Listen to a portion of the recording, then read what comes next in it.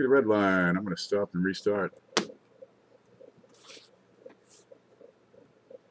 Amazing what that does.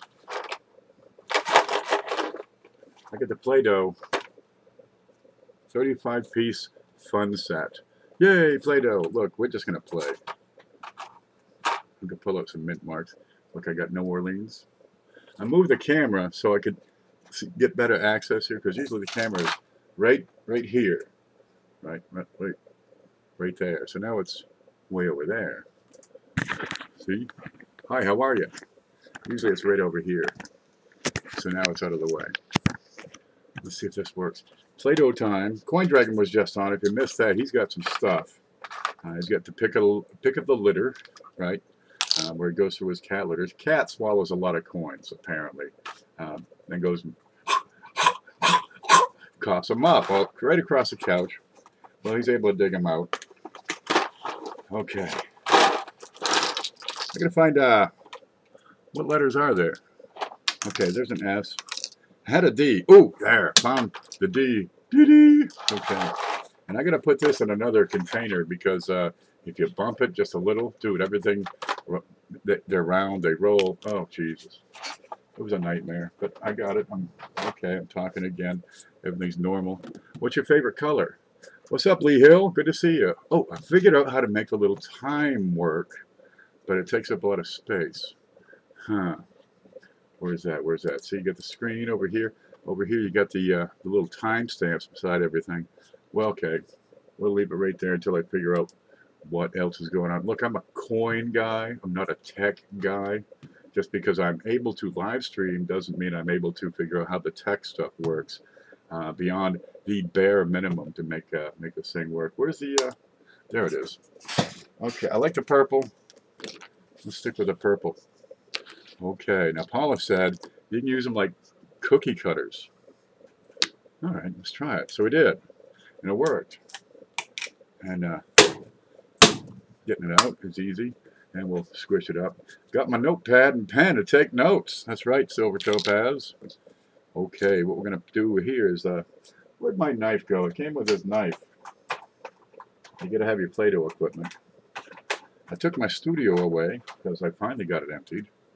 All right, look there. You see, you cut it, then you fold it. Then you flatten it, and I got this die from CJ. Good. Oh, is that right? That looks good. And where'd it go?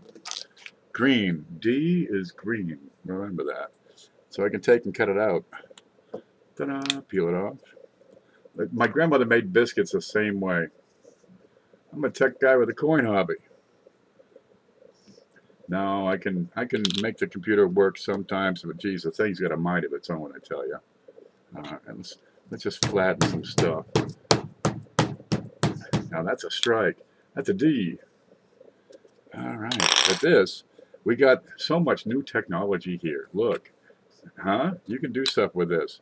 Okay, let's cut a couple of D's, because I get a lot of people are saying to me, hey, is this a D over D? Is this a D over S? Is this a D? What's going on with this coin? Okay, what's up? There's Malvado. Good to see you. Silver Topaz, coin and card. Coin and card, you should get some Play-Doh. I think you'd have a lot of fun with this sort of thing. All right, let's turn it sideways. You got to know what your regular D looks like. Now, they got several incarnations of the darn thing. Every few years, they change the whole darn style. So, how do you tell? Okay, put together a reference set. Real easy, right? Now, where the hell they go?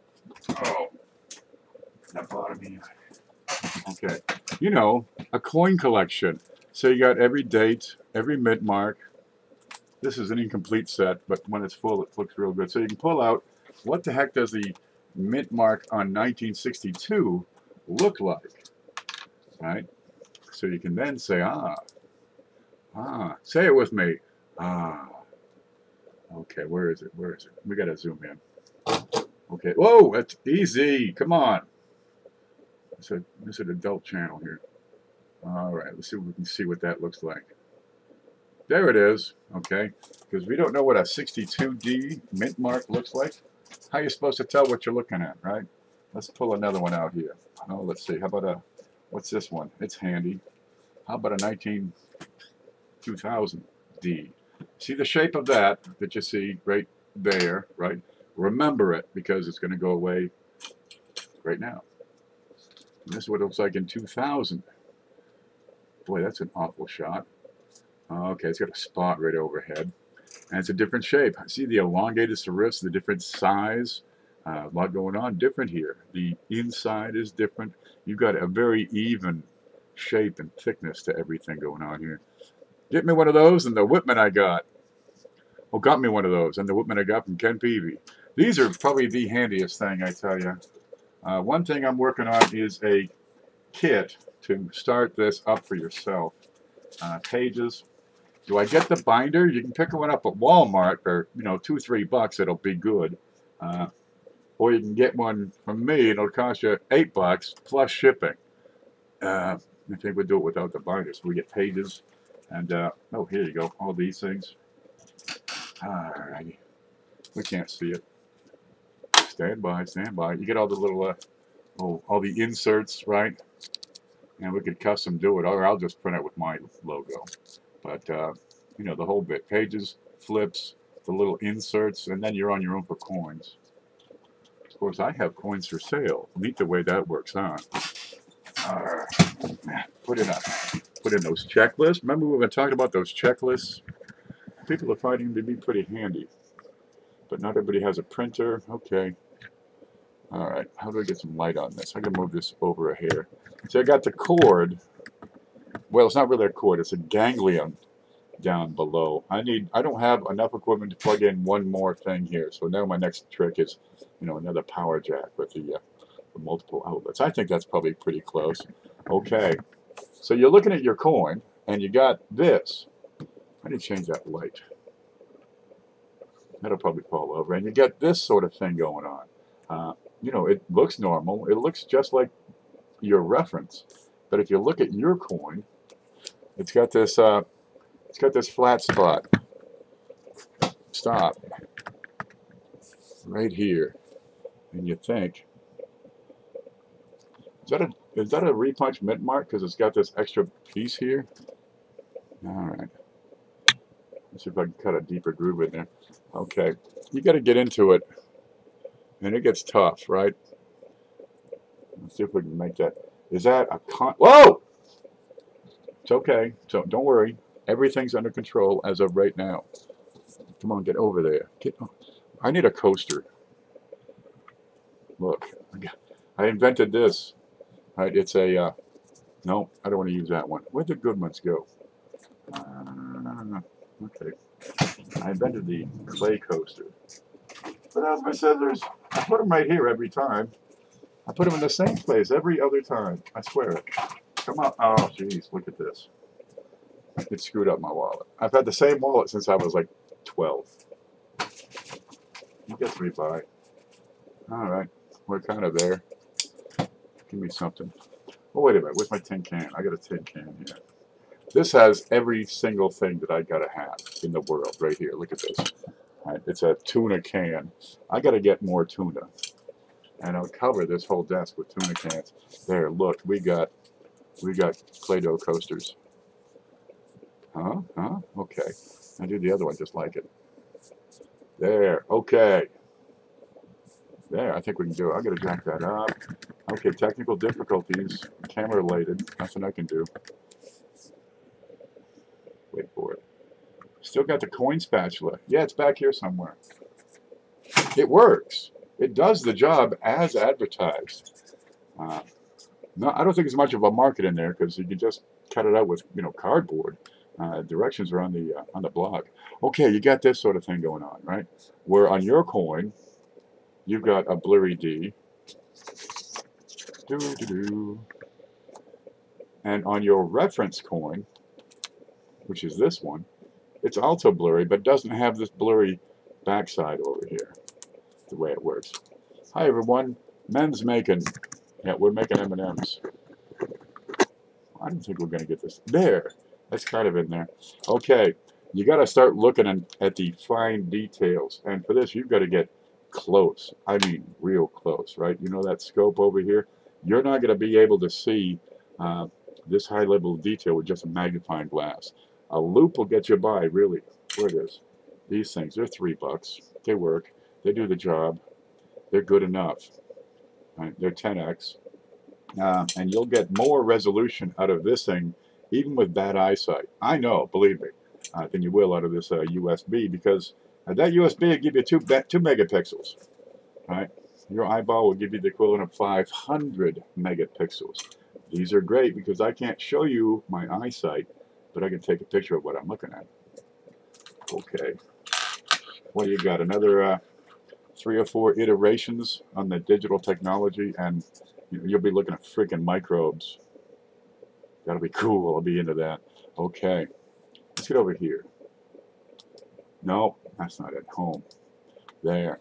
All right. You're looking at this thickness here between the inner circle, the inner, what do you call that part? The innards, the guts of the D, the inside lip, inside top edge, compared to the distance to that outer top edge.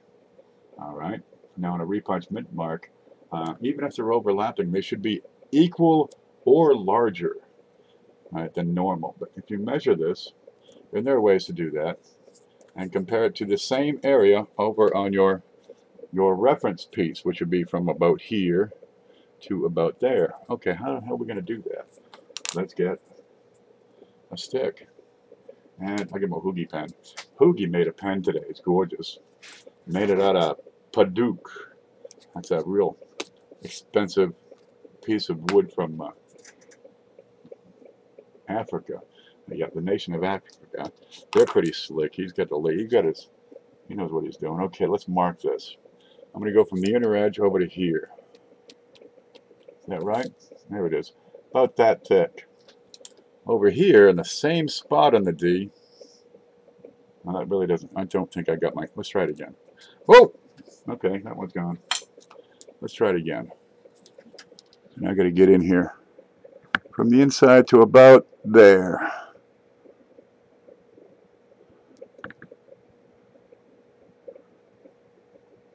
I suck at this. I can write in the Play-Doh. Doesn't want to write on the stick. Okay, that's probably as close as we're going to get. Can we see any of that? Come over here. That's about as close as we're going to get to thickness. But I can take that over here on the other mint mark and see that clearly in the same location, the normal mint mark is far thicker than my screwed up mint mark. There. And just that top piece being thinner from the inside to the outside here compared to the inside and the outside here is going to tell you this is damage. Okay, you get some weird mint marks though. Sometimes they do weird stuff. Let me try to flatten that out. Look, I did it perfectly. Okay. Sometimes you get these things that are tiny, tiny. All you see when you look through that loop is on one of these serifs a split. That is a repunch mint mark quite often. It looks like just a notch, just a little split in one of the serifs. Yeah, I need something smaller to point at these. Oh boy, these are so handy. Dude, look, we got 3D mint marks.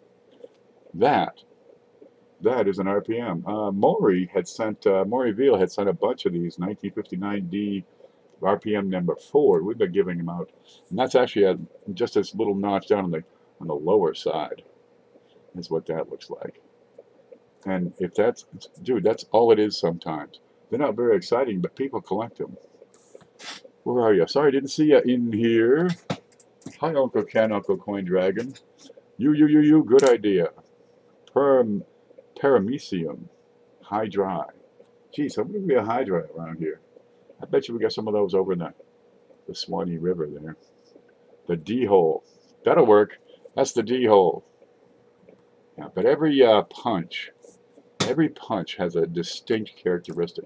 Let's try blue, because I want to show you this one. You're going to see this one a lot. Well, if you'll hunt for it. Okay. Take a piece of that. Oh, this is so smooth and Look how pliable that is. Oh. Say it with me.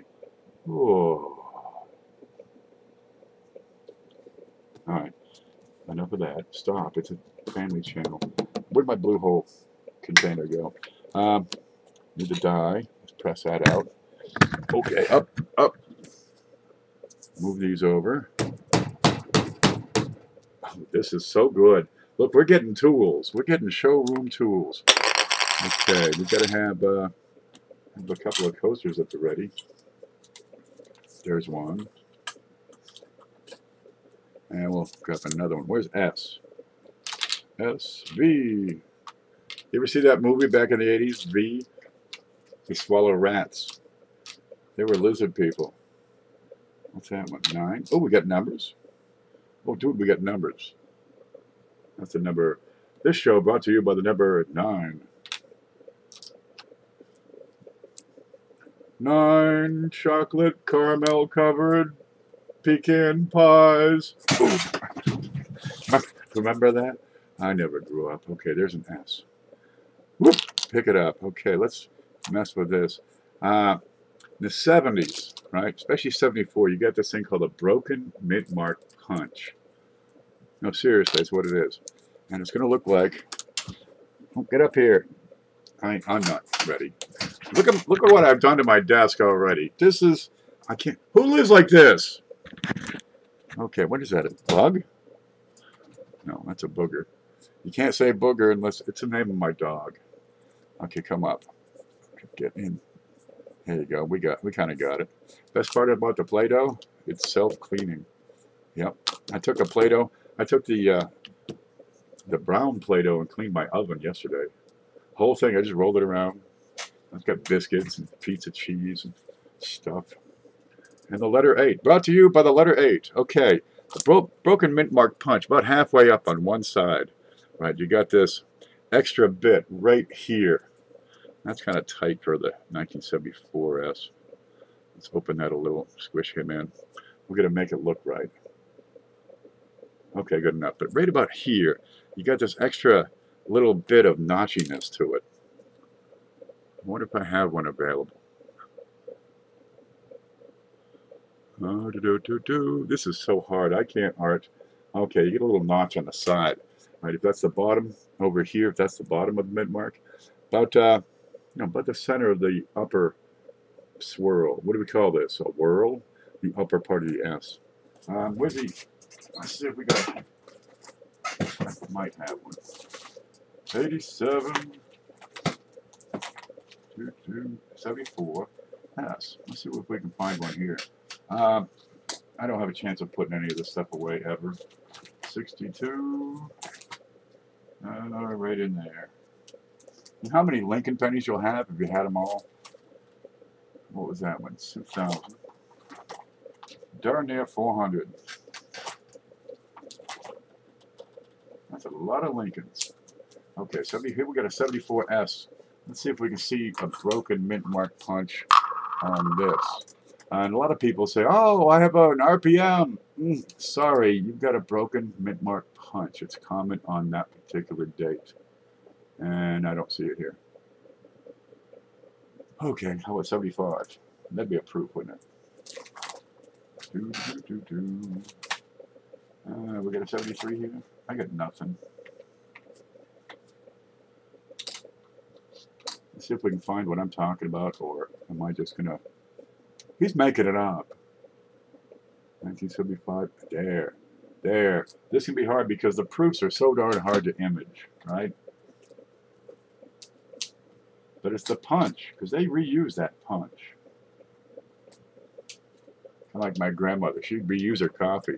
Monday morning, she'd take this big, giant aluminum pot. I think it was like, 18 gallons, and she'd put it up on top of the wood stove.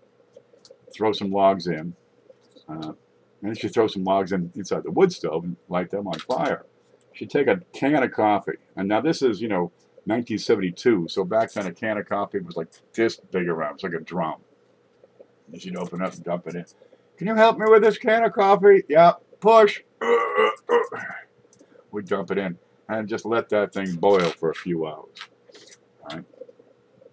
Now, what you didn't drink on Monday, because you had no problem giving kids coffee.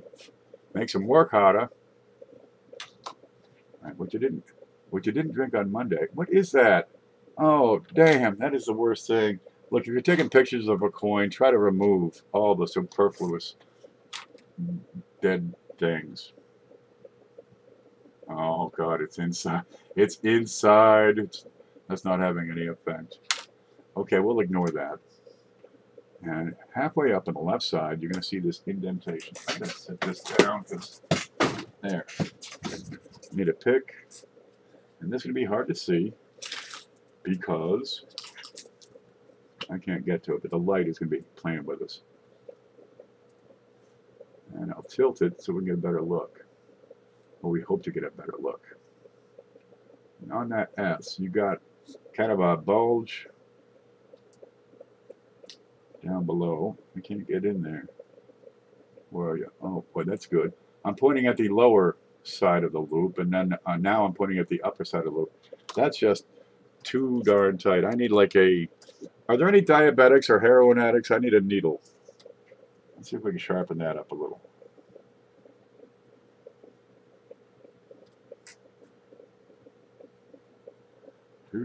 I need like a sharpener.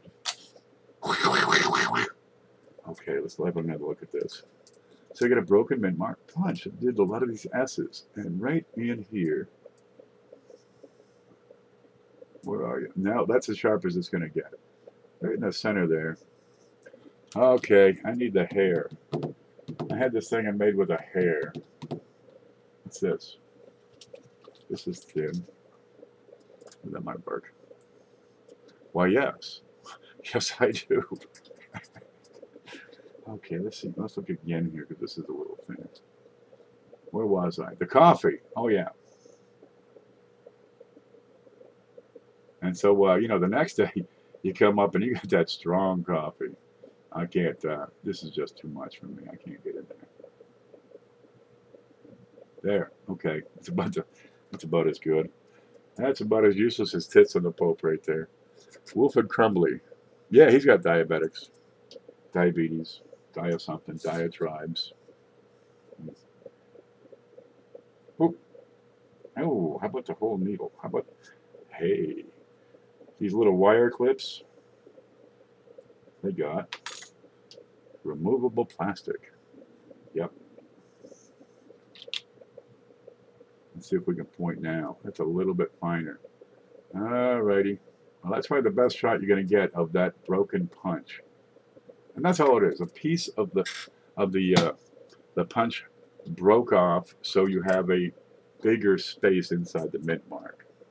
And that's effectively what you're going to have. Let me straighten this out and try to find it again. Too much lint in this place. Okay, back over to the biggin. Come on, biggin. There. Back over here, you see it has an extra notch. Whoops. Right there, right about there on the side of the S. Hopefully you can, that will never focus. You can compare that blue thing to this brown thing. And that's a broken mint mark punch. A lot of people say, is that a double die or no? Is that a repunch mint mark? No. Is it special? No. Is it worse? No. Should I keep? Throw it out already, won't you? God. Okay, let's make some more stuff. That's a common one. You find it on the early 70s. It goes to, I don't know, 76, 77. Look for it. You'll find it. It's very common. It does not add value. It is a punch. Now, the punch. Oh, in case you missed the punch line from my last joke, I forgot to mention that when the lady walked into the bar, she had a duck on her head. Okay, let's do this. Yeah, that'll make it a whole lot easier. Give me, what color you like? Purple? Purple it is. Let's see, I need something. That. I love this job. This is what I do. This is what I do all day. I just play with stuff. Okay, there's my, let's look, spirograph. We can do spirograph with this stuff. I'll trim it up. We're gonna fill. Now we fill it with mashed potatoes and cheese fold it over, and boil it. Now, then you have a pierogi. What is going on here? I can't find my bearings. Thumb. That's it. There. I just want to take that. And now I got to take care of this one. I think that's circular enough. Okay, you take a die. That's a die, right? I'm going to squeeze a coin between that die and this die, right? Just slam them together. And I'm going to make a coin. I need a planchet. There's my planchet. But I just made this die over here in Denver, right? So I got to add the mint mark. So I'm going to take this die, and I'm going to use this tool and a hammer, which I should have here somewhere. Anyway, I'm just going to put it right where it goes and bump it in. Boink! That's the idea. I'm going to do it right there. Right here. That's where my mint mark's going to be. So the mint mark is going to be depressed into the die. Make sense? So that when I squeeze that planchet in, let's pretend the CJs over here where it says CJs. Let's pretend that's the mint mark. All right, and I press that planchet, squeeze the planchet between a couple of these. Ugh! My mint mark is going to be raised. There. There's my mint mark, CJs. See the way that works? Okay. Now here's where it gets interesting. All right. The die is produced separate from the mint mark. I take the. Do I have one? Where'd it go? I've got a hub here somewhere.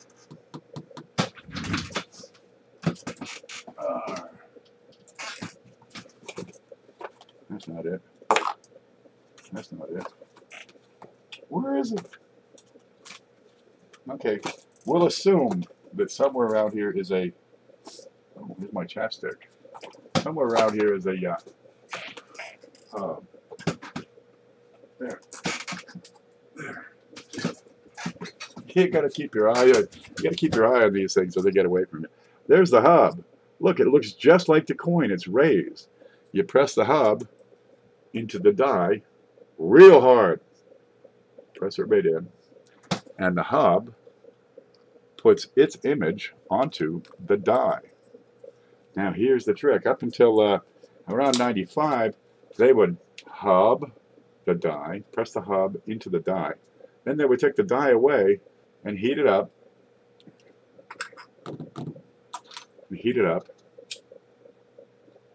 So it would soften, and then they would hub it again. Okay, well, you got some issues that happened, right? Like if you change the hub in between, that's how you get these large date over small date, right? It's a different design because you change the hub. Then you have the, oh, geez, there's other things that happen. Like the hub is one temperature and the die is a different temperature, and it hasn't shrunk back in. So when you press it in, you have two kind of smears, right? Where one design is one size and the other design is struck in at a different size, and then the die shrinks. That's like your class, what, 5s or something like that. I did a show about that. Okay, but here's what happens, right? If I screw up making the die, and I end up with a doubled die, just like this. Let's see if you can see that, where the die itself is doubled. All right. Then I add the mint mark. I bring over my mint mark punch, and I put the mint mark in. All right. The mint mark would be single, whereas the rest of the die would be doubled. So if you have a 1961 D doubled die, the D is going to be regular. It's going to be normal because I have hubbed. Where'd it go? There you go. Because I hubbed the die, right? Taken it back, and then done it again. It's a little bit shifted. So I have a doubled die, right? And then I add my mint mark. Oh, give me a small one. Where'd the D go? D is green. All the best letters are green. There. And then I add my mint mark. The mint mark is single. It's not a repunched mint mark, but it is a doubled die. Right? Now you can have things like a repunch mint mark on a double die. Yeah, it happens. These people are government workers.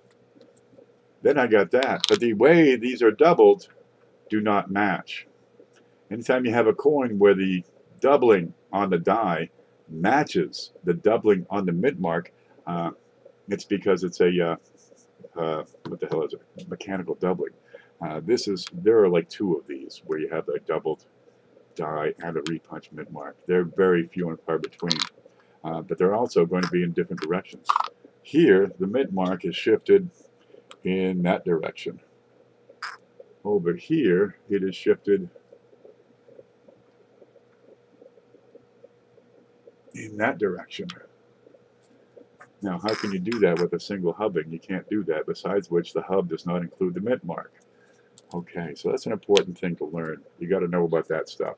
MD, those are bank. If you got an RPM double die, they're bank. There's one in, what, 52S or something. They're pretty slick. Okay. Boy, these are getting to be really good teaching tools, aren't they? What's next? A blow-up doll. Frank, that's you. Alrighty. Yeah, we got our thingy here. Okay. I hub the die. It does not have the mint mark. Right? That's my die. Now I'm going to punch that mint mark in by hand. Right? But this is free floating. It's done by hand. And dude, I got the flu. So today the mint mark's here. Right? Okay, tomorrow we got a new die, so we'll smooth that out. Pretend this is smooth and normal. There, oh, perfect. That's close enough for government work right there. Now I can spirograph it. Okay, and tomorrow I do another die, but I do it over there. Okay. On different coins of the same date and the same mint mark, that mint mark could be over to the right, a little above, a little down. It's in the same general area, say right here, right down in this,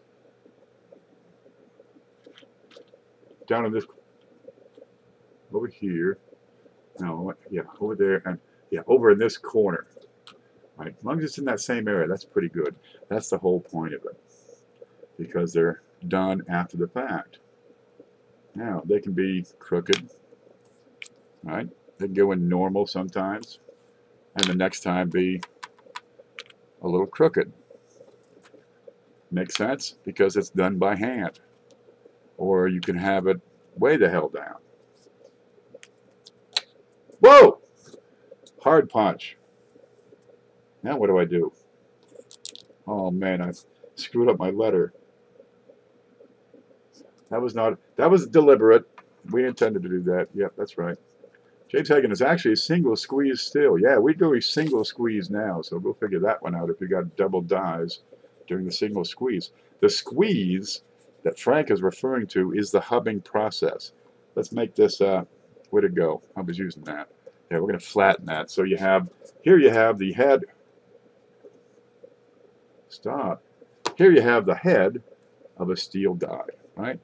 And I'm going to take the hub, I'm going to press the hub into the die. Just like that. Ugh. They got this guy, freaking muscles.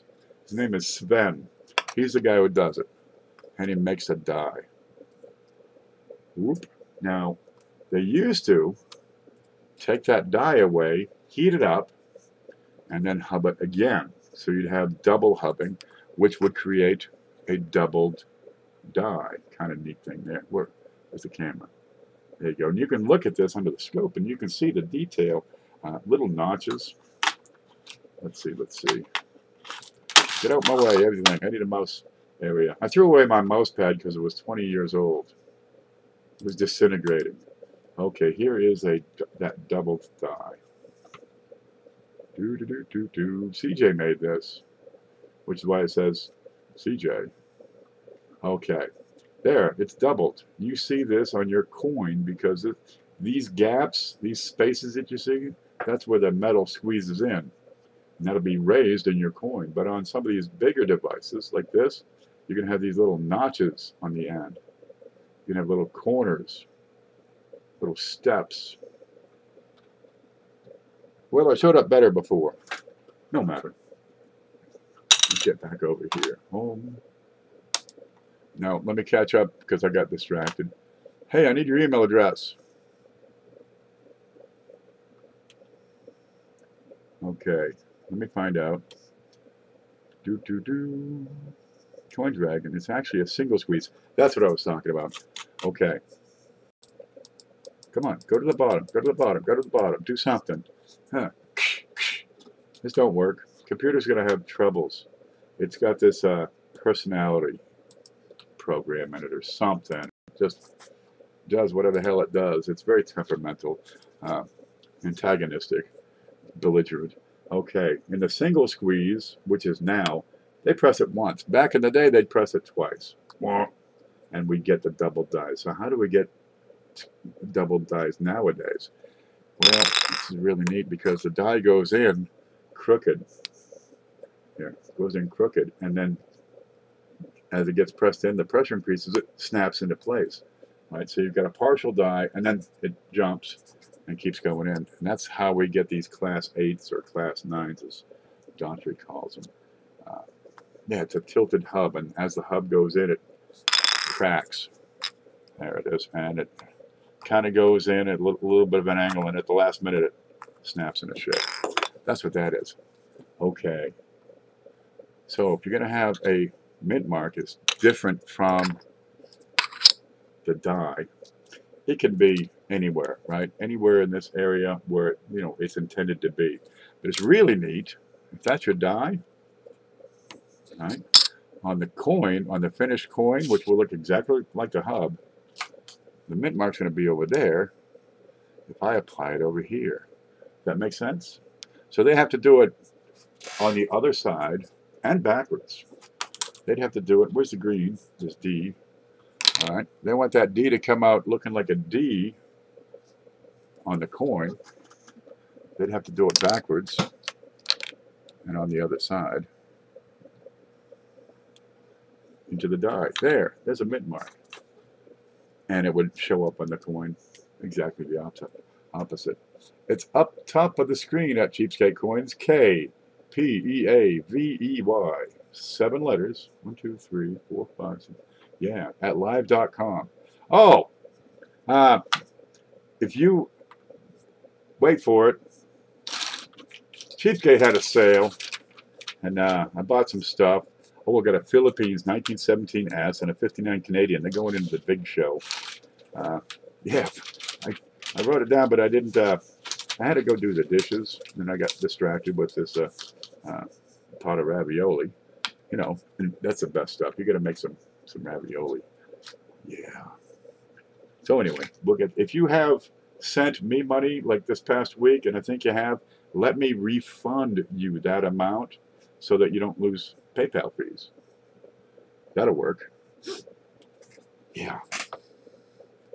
Yeah, because if I pay you directly, right, if I pay your invoice, you pay PayPal fees. But if I refund your money, not only do you get your money back, but there's no PayPal fees on either of us for that amount. Okay. So we're just talking about mint marks because look what we can do. So what do you got? What do you got? What do you got? You got all kinds of letters here. Yeah, we'll make it work. Don't worry about a thing. I'm pretty good about it. Nope, I haven't, but just send an invoice. Okay. You haven't? What? None of this stuff's good enough? Why do you want to get rid of those coins anyway? Are they broken? Are they no good? How come you're selling them? All right, let's play again.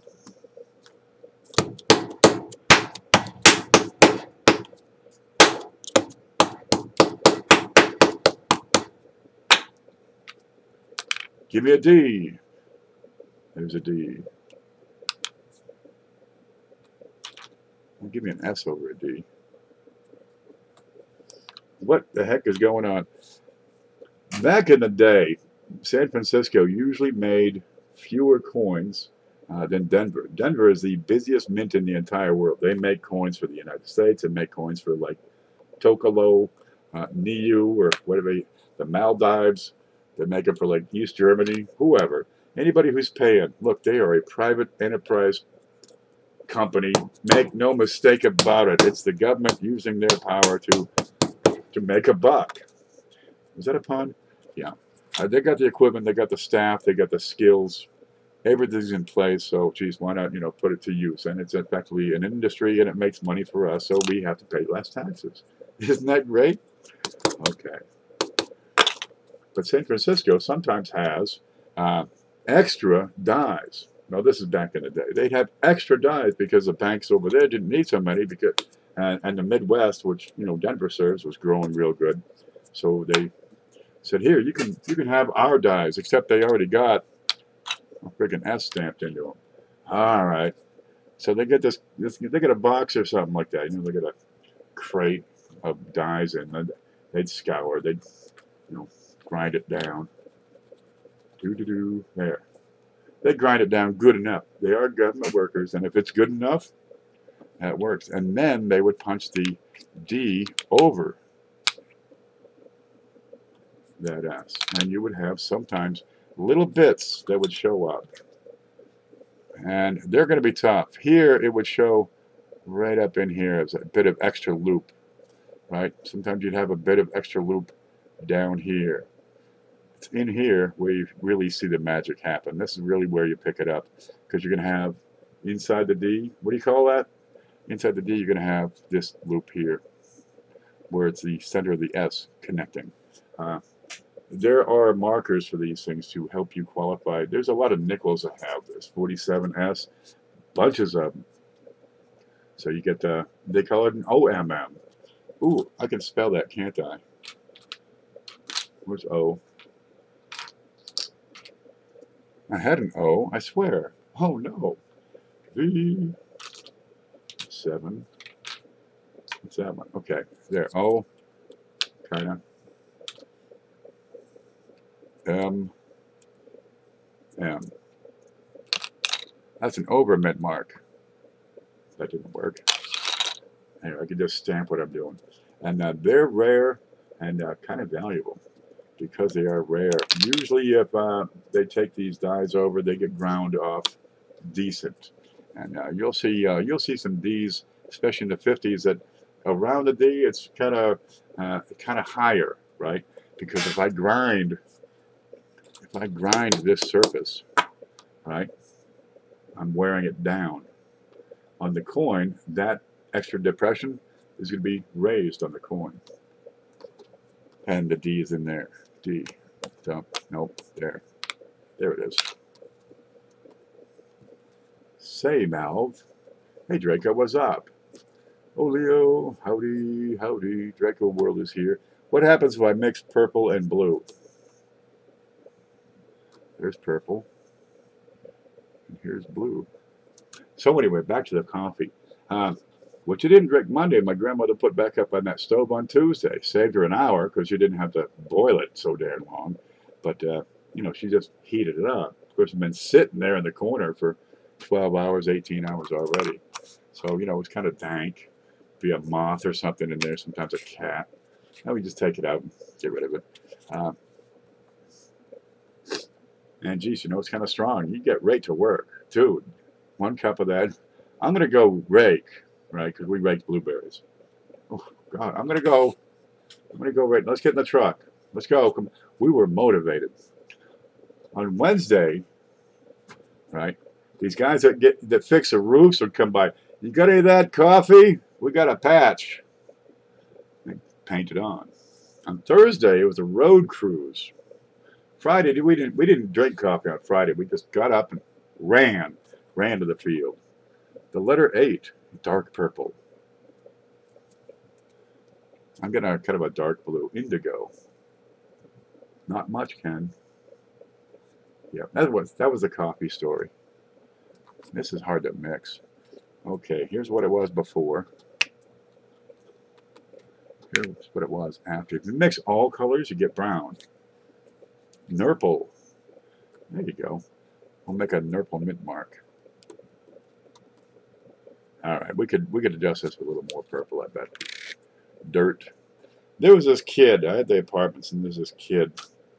I don't know what her name was. She was 4 years old. She had this doll called Snowball. Snowball was a bunny. And she come by, we're talking. She got a snowball. This is Snowball. He likes to eat dirt. And she take the doll and just rub his face in the dirt. Arr, arr, arr. See? It's like crap all over the... Oh, that's nice. Snowball's cute. What the hell was her name? She's probably 20 by now. Probably still rubs her dolls in the dirt. She's a weird kid, man. He likes to eat dirt. Well, that's what we had to play with when we were kids. You know, for Christmas, we just got a stick. That was good enough. All right, yeah, we got darker blue. It has no relation to the purple it came out of. And it's closer to the... Okay, yeah, I can just work in the balance. Apparently, the blue dye is stronger than the purple dye. Yeah, and the number sky. We got so much we can do this. What do you want to see? What do you want to see next? What can I make? We made mint marks. We explained the differences in mint marks over the years, but not too well. Oh, I need one of these. I'm going to get some duct tape and make this better. We can do it. We can do everything. Okay, we're going to talk about serifs next. What's a serif? What's a serif?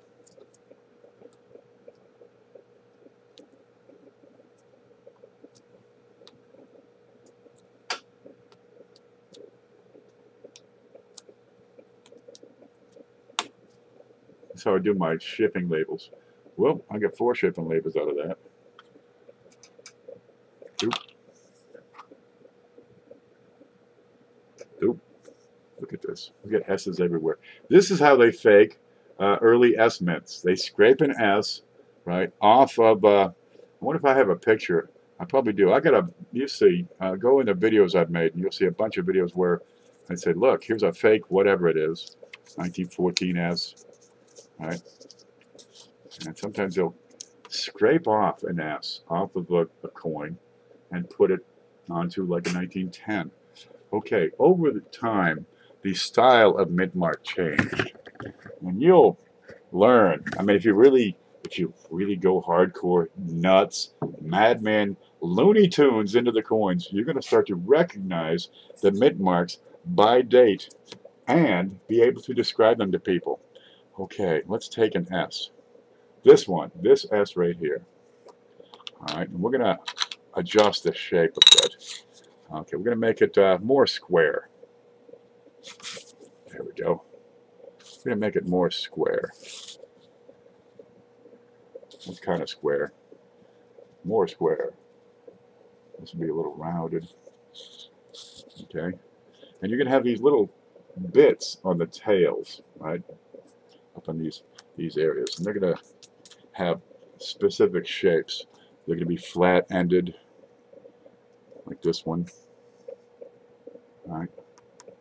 This one up here is going to be kind of flat-ended. Going to have a kind of a, that's almost perfect. Boy, that is pretty good. Let's see if we can get that closer to the camera. Okay, this is what an S mint mark looks like between 1909 and 16? I think it's 16. That needs to be a little more flat.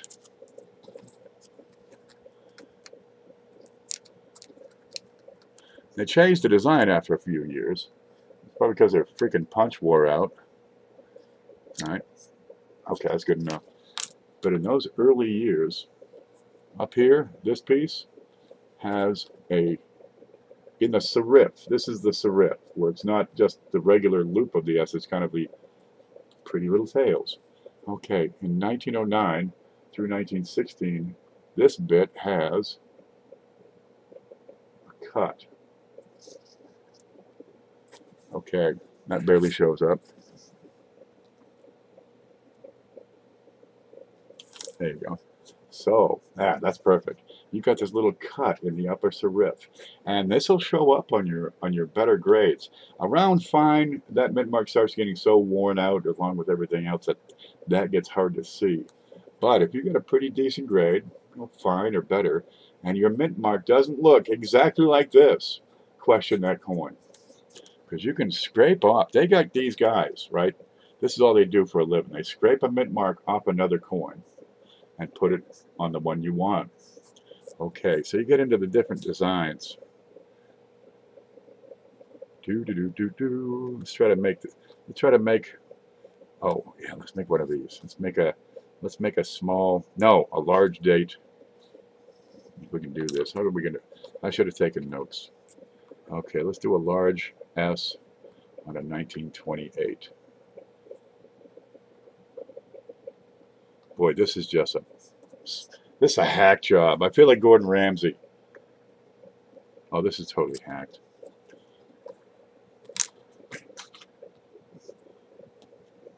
I have another plan. Yeah. Gordon Ramsay is a hack. I know. I've been in restaurants. He has no business even looking at an egg. Oh yeah, I hate it when one's a stripper and they would throw they would throw pennies at me. Well, you take what you get in this world, I suppose. They are cool beans, huh? Where's that thing? Let's see if I can make this better. Roll it. I got a rolling tool. There. Okay. So that one would be your 1909, 1910, 1911, 12, 13, 14, 15. And I have to see if it's 16 or not. All right.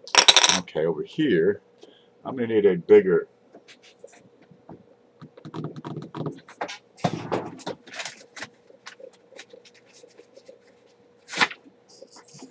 A bigger coaster.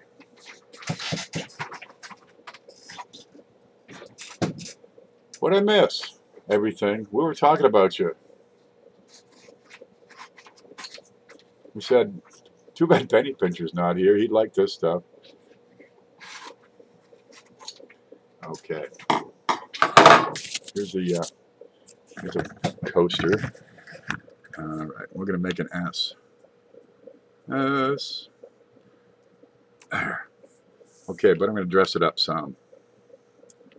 I'm going to give it a nice set of serifs up here. Oh, real pretty. Perfect. Real good job. Good job, Ken. We'll give some nice serifs down here. Make it a little wider in the middle, too.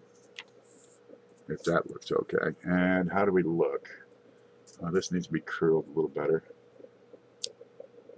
Okay, that's close enough for what we're looking at.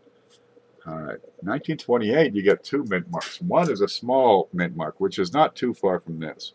And it's probably 3/4 or 80% of the height of this one. All right, so now we're going to make one of those. Jeez. Okay. Let's see, S. That's this. Yeah, this is it. S, just like this.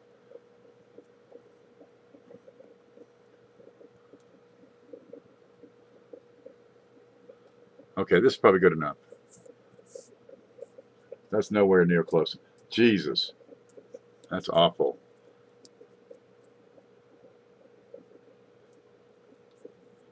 Okay, this is good that's good enough. Okay, that's a small S on a 1928, right?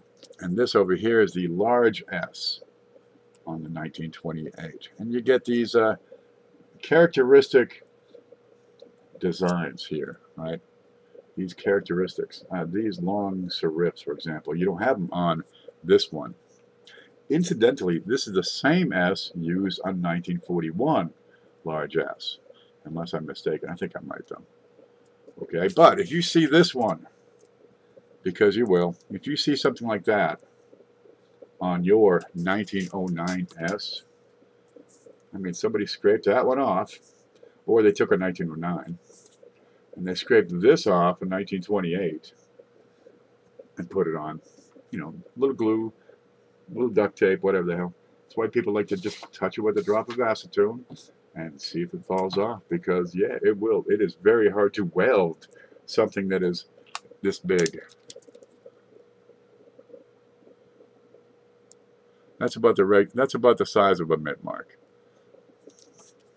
Maybe. This might be bigger than the mint mark. Yeah, it's just a kiss of metal. It doesn't take much to hold it on, but it does take much to take it off either.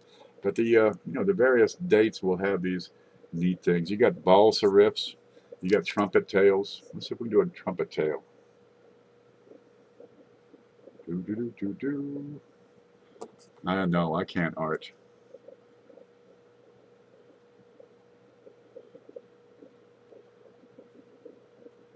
Here, we'll make a balsa riff like you never seen.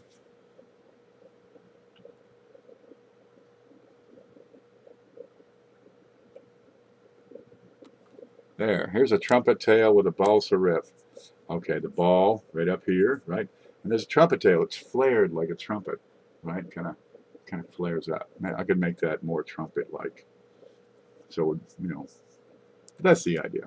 You'll be able to see the various shapes. Variety Vista has all that stuff. But you can go through, if you save, right, one of every date, one of every mint mark, you can put together your own set.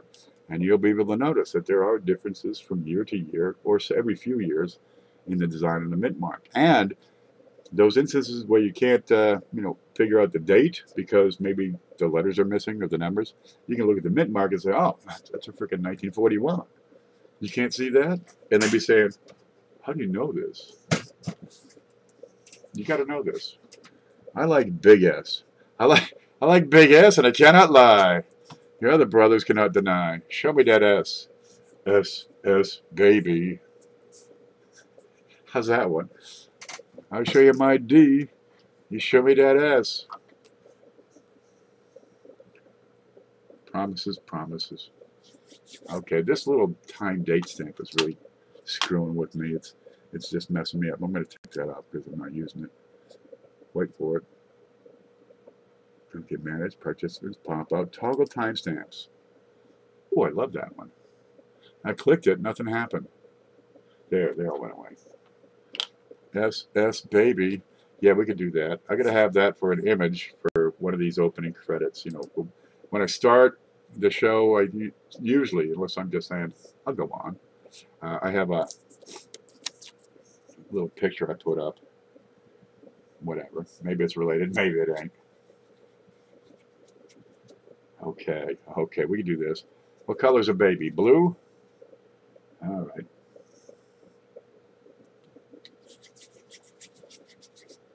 Let's see if we can do this. I think we can.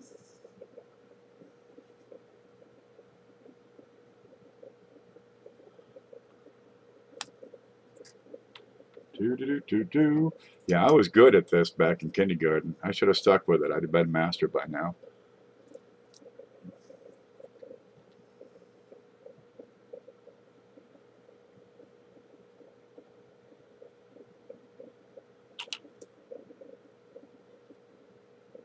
And it's kind of like a gorilla baby. You still liking the hub? It is. I have that off right now because I'm not using that side. But all I got to do is press the button and turn it on. Yeah, Paula sent me some stuff without saying a word. Then CJ sent me some stuff without saying a word. And Paula says, "Go check the mail. It's supposed to be there." So I checked the mail. I got all this stuff.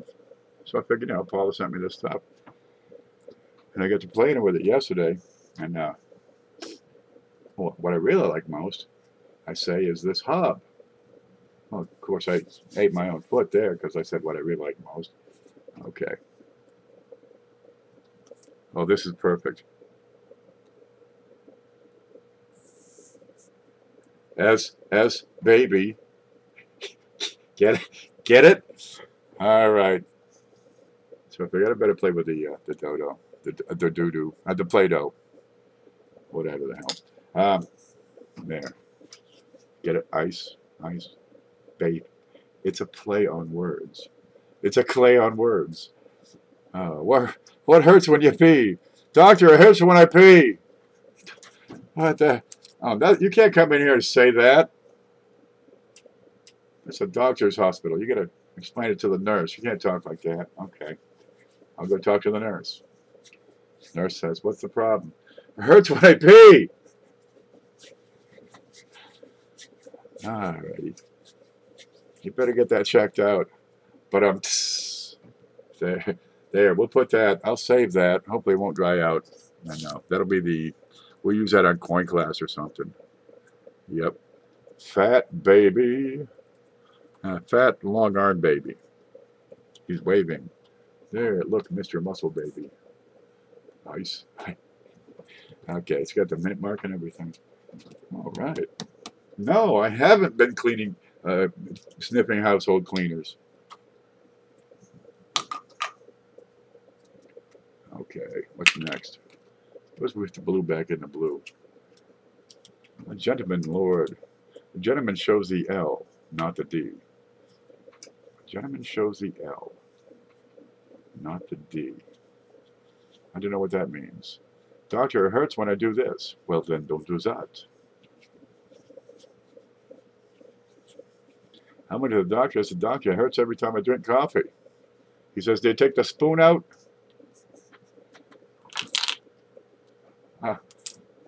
No, I blew that one. Doctor, my eye hurts every time I sip my coffee. And he says, do you take this? Never mind it. Yep, the duck was on her head.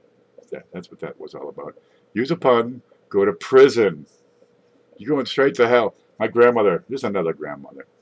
Well, growing up, I had all kinds of, there was Nanny, Mamie, Nana, Doodoo. Let's see, Grammy. All the chicks lived. And Grandpa George.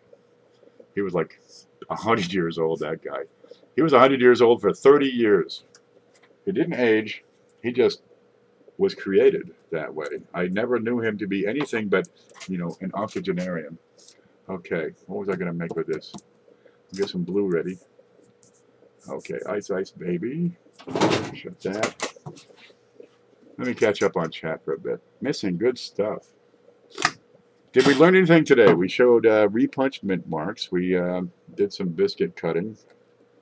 We talked about serifs. We talked about OMMs. Double dies, right? That one's important. We got new people here, been here past 15 minutes. I think that one's important. This is why. Okay, get that in there. Oops. Okay, the dies are hubbed. Right? Let's say this is the die. I'm going to press into it a hub, which is just like a die, except it's raised. Much like, where's this? Much like that one. Okay, and I'm going to leave that impression in the die. Okay, so that would be a die. That's real simple. I take the hub, and I press it into the die. And I have that. Now, sometimes, they used to do it twice, right? And sometimes they'd take it away, heat it up, and then press it again. And it wouldn't exactly line up the same way. And they'd hit it again, and you'd be left with a doubled die. Now the mint mark is added, that's the hub, that's the die. The mint mark is added to the die. Where's that pen I had? I had an orange one. What's this? No. Oh man, it's time to clean the drawer. I can't open them anymore. There it is. So the mint mark, they're going to put it right here on the coin. That's done by hand. Guy would take a little tool the size of a pen, steel, real hard stuff, and press that mint mark in. So the rest of the die is doubled, but the mint mark is not doubled. All right. So if anytime you have a doubled die and doubling on the mint mark that matches the direction, it's going to be MD because they're done at different times. There are different stages in there. I would like a West Point dime, please. Okay. Debbie dimes. They're kind of popular. Debbie's. What's wrong with my pen? Not my Hoogie pen. I'll put it in my hot list. I get the Debbie dime for a 1996 slab all the time. Yeah, they're good. Who was it? Brian Barry found a W dime coin roll hunting. No fooling. He's going. He picks up bags from supermarkets, and sure enough, you know, he dropped how much? $100, $200 on dimes. He's looking through, and here's a 1996 W in his bag. Thank you. He sold that for $14. They made 1.4 million of those things. It's the only circulated strike. Now, it wasn't intended for circulation. It's still an NIFC, but it made its way into circulation. They were added to the mint sets in 1996 because it was the 50th anniversary of the dime, right? 1996, 1946. And they started making them 46 after FDR died. And they made them at West Point to honor FDR, because across the river and down about, what, 2.5, 3 miles is from the West Point Mint is FDR's resting place. Kind of a neat thing. I drove by it on a train, but you couldn't see. You could see West Point, but you couldn't see FDR's place. Good train ride up and down the Hudson there. Cool. I got the complete 96 cent with a W dime. I've got a 96 cent with no W dime, and it's only a partial 96 set. I think it's just a P. Sometimes I just take everything this guy has. All right, here you go. Take everything, and there's stuff in it. We don't know what it is sometimes. What do I do with it? I've probably lost it. What's this? This is it. This is the whole darn thing. It was in a box. Had some stuff in the box. Do I have I need a coaster.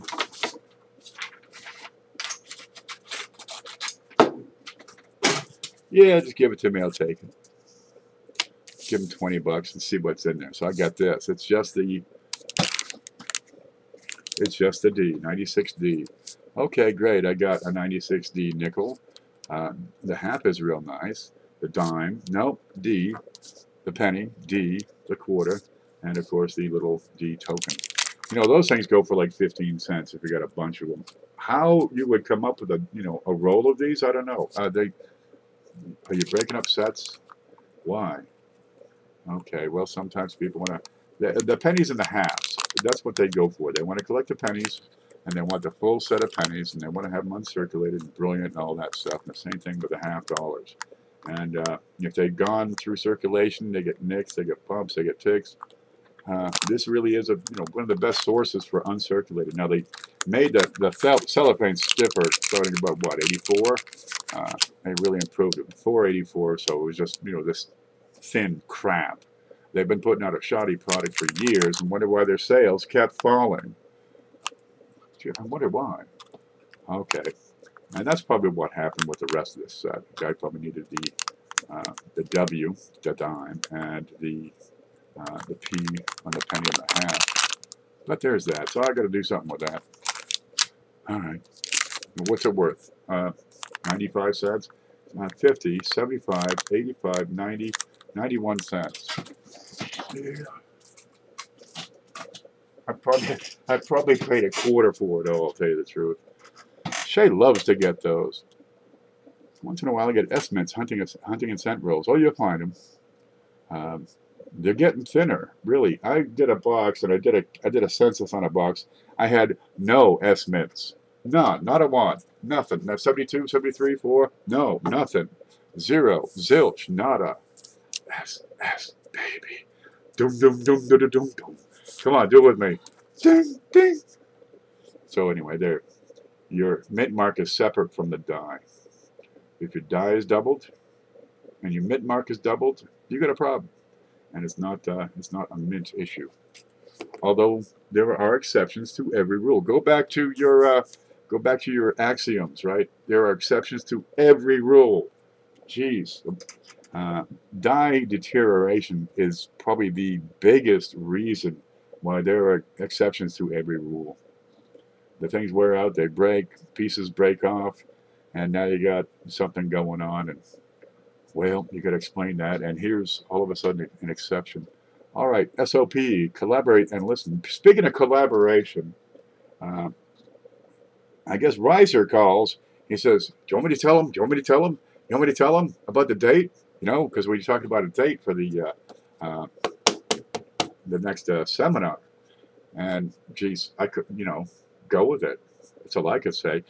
We decided the week before Thanksgiving, because the week of Thanksgiving, everybody's going to be on the road, man. Everybody's life is thrown up in the air.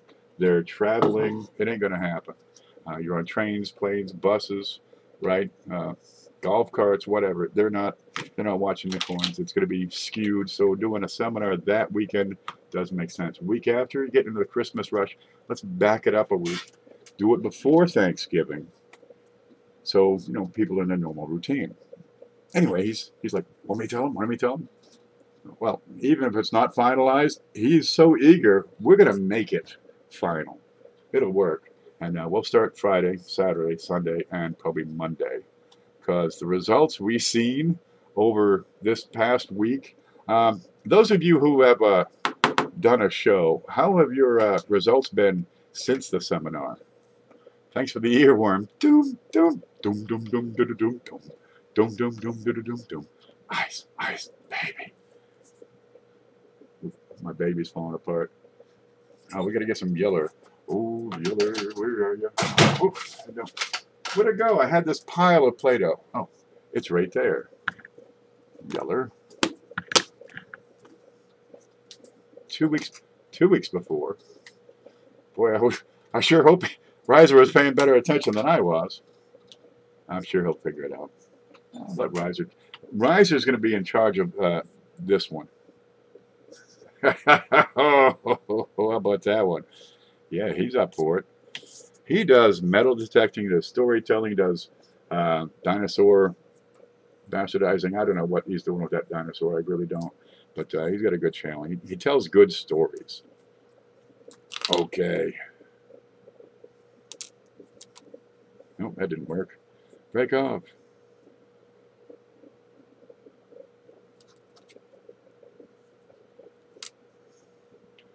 Yeah. But he's got a good show. Does it regularly. He's entertaining.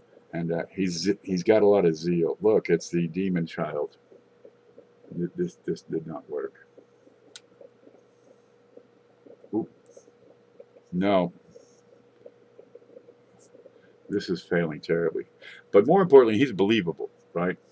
He's capable, he's competent, he's believable. So he'd be a good person to do the announcing, and also he'd be pretty to have he'd be pretty handy to have you know, organizing the things. Oh, let's see. And Paula, of course, Paula's invited to organize it. I hope Paula invites me to help her organize this one. Shelly, I hate those things, as well as the cholesterol ones. You can bake these, right? You put some sugar shellac over them. You bake them for a while. You got to soak them in milk for like 2 days beforehand to get the salt out. And, you know, $3.50 for an hour and a half. And this is like freaking cupcakes.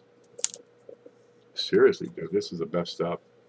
I take Seroquel for ammonia, for insomnia. I do coins, and it does nothing for the insomnia. I just stay up. 84DDO001 is a Tuffy Fern. The DDO, that's the doubled ear. Oh, where's the Play-Doh? Here's some. The doubled ear. Okay, we need a form.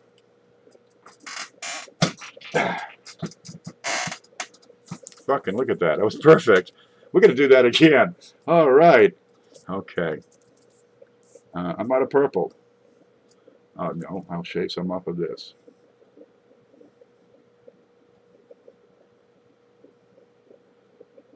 Now, you got to know your design on these ears.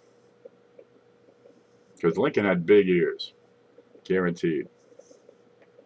Okay, there's kind of like Lincoln's ear.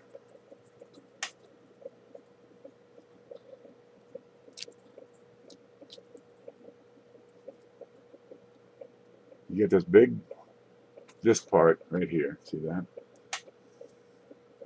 What happened? There it is. Okay, get the big part here. And the doubled ear is down here. And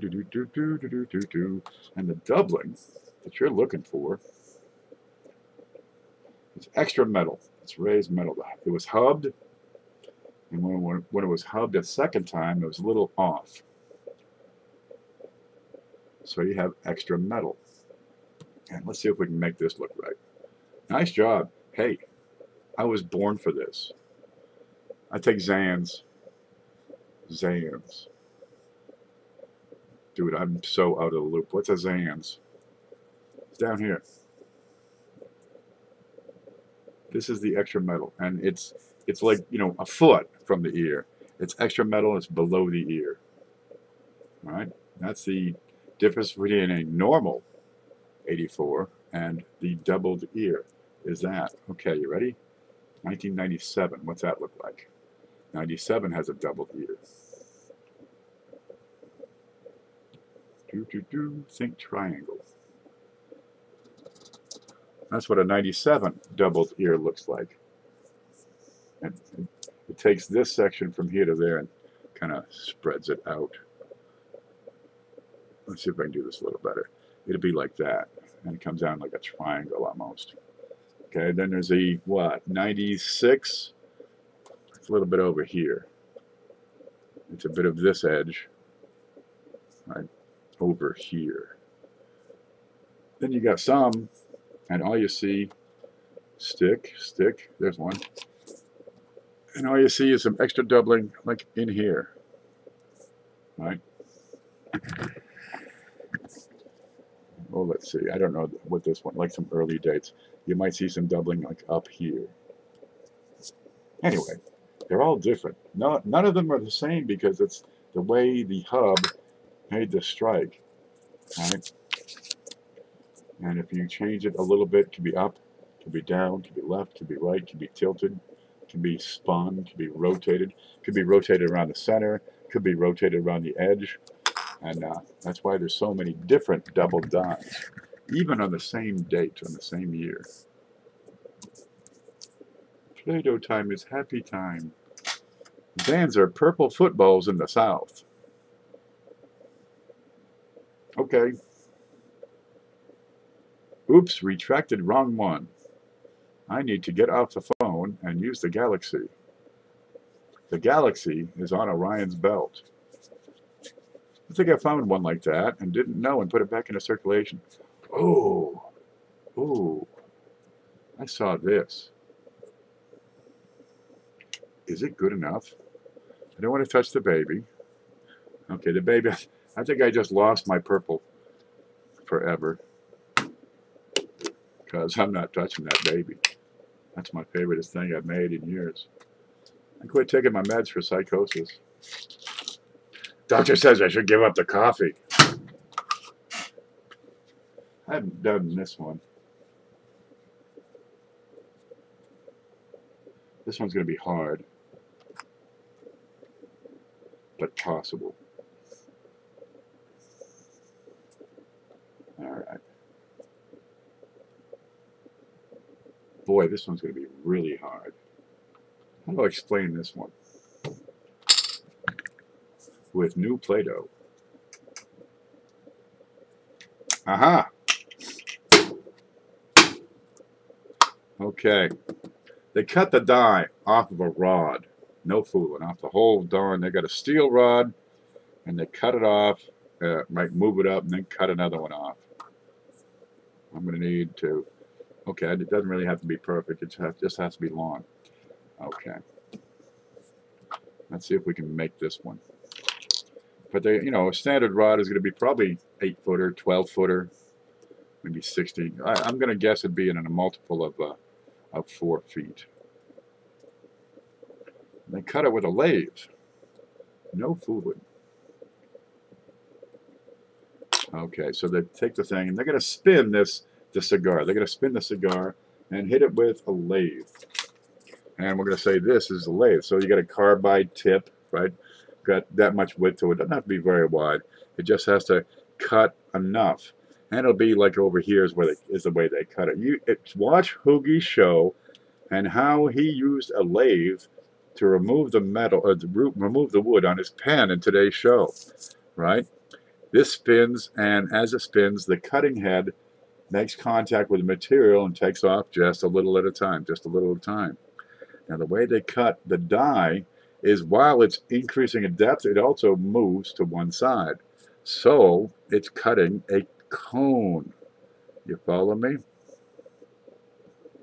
That's it. Boy, this is going to be impossible. I think I'm making spiral fries here. I think is what I'm ending up with.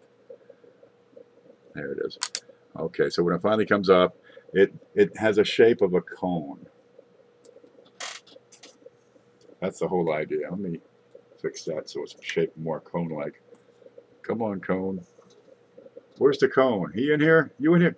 the cone is here. I knew it. All you got to do is say his name, and he will come. It's like a hex. Okay, there, kind of a cone. But this cone is not as deep.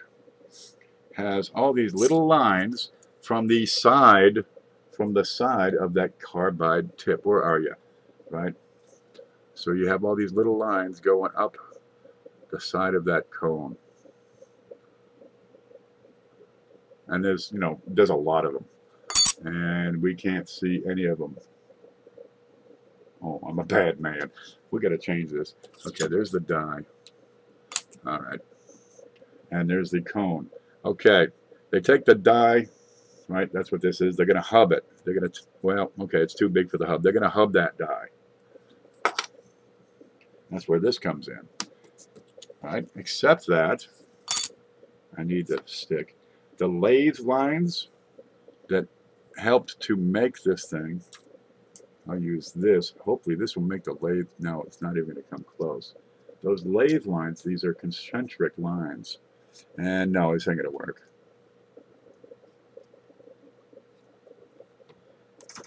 Okay, let's see if we can do this. This might be a better tool.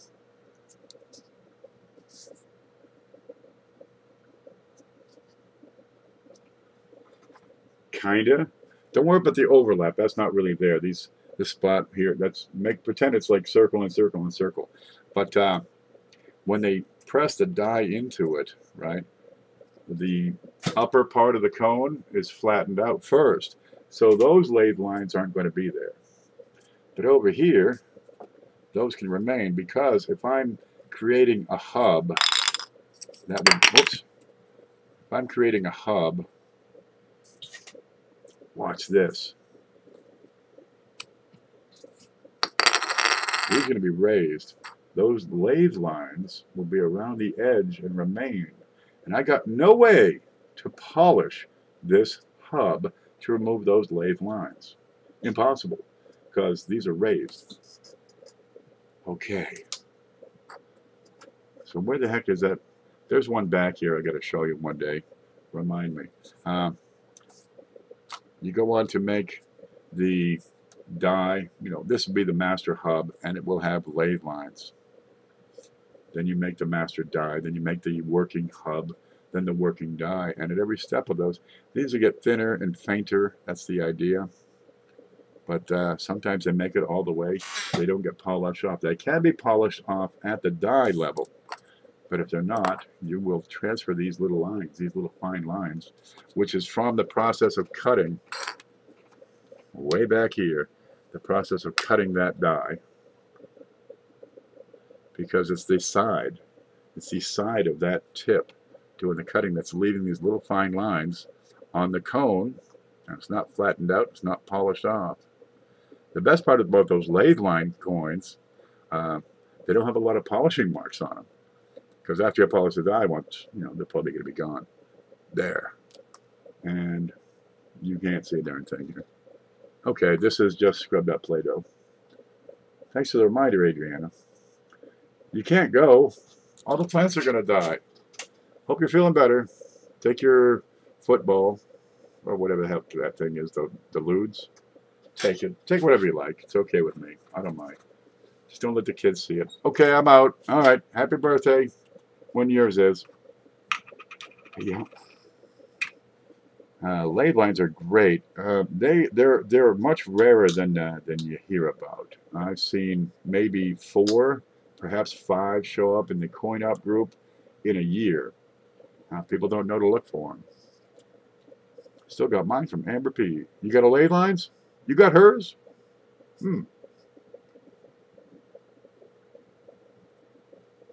Head meds. Head meds. There we go. The cone knows about that. I think you might have too much mad. That's all. Okay, lathe lines are, we got to do those. I'll need a different tool, and we'll create a lathe lines and show why they're so nice and clean and neat. Yeah, it stems from the cutting of the rod all the way to the die produced without being polished off. because you only get 2 chances to polish it off. Once when you make the master die, once when you make the working die. And if you don't, they can carry through.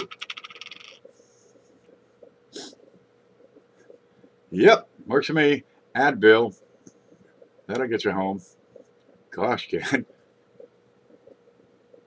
Okay, what's next? Let's quit. Red room. Ice, ice, baby. Doom, doom, doom, doom, doom, doom. Yeah, we're gonna do something with that. That's gonna be you'll see that on the next coin class. I didn't think I would make one of those. So much of this is just impromptu. You never know what's gonna happen. Oh, I still got these. I gotta put away. Do we see? Oh, we meant to see because I still got these coins over here. Let's go. There's the 75. We'll get that out of the way. Is it on the 73 as well? We're gonna look at that mint mark if we can find the darn thing. There's a 73S. That's uncirculated. Do we have a broken die on that one? I'm not seeing it. Oh, then we could talk about that, can't we? There, see? See the blobby? It's not a broken mint mark punch, but you see the blobby metal inside the mint mark? Oh, this is perfect. This is good. You see there's a lot of 69s. You get this blob of metal inside the mint mark and thinking, what is going on with my friggin' mint mark? Is this a repunch mint mark or something? No. This is an easy one. Okay, flatten her out. Let's go here. Oh, there it is. And we need, okay, that was an S. Here's an S. I just punched my S into my die. Now, I'm going to try to take it out without screwing it up. Okay, there you go. And really, let's look at the D. I think the D was better. That was green. Let's look at the D. Yeah, that's a good one. What you got there, those blobs inside, stick. You get these blobs inside the devices, inside the mint marks. In here, for example, right? That's the die bottoming out. That's what that is. A light punch isn't going to show those up so much. Right? You hit all the way to the bottom. You put the boots to it, and you sink that thing in further than the design of the S on that little tiny punch. Because it's the size of this. You sink it a little too hard, right? Because you got to tap it in. It's not mechanical. It's not measured. It's the guy using memory muscle to tap that thing in. And if you bottom out, right, you're going to have the metal, which would be below the design of the S or the D, and it will show up as a blob on your coin. That's what would be, inside and stuff. Let's see if we can cut that out.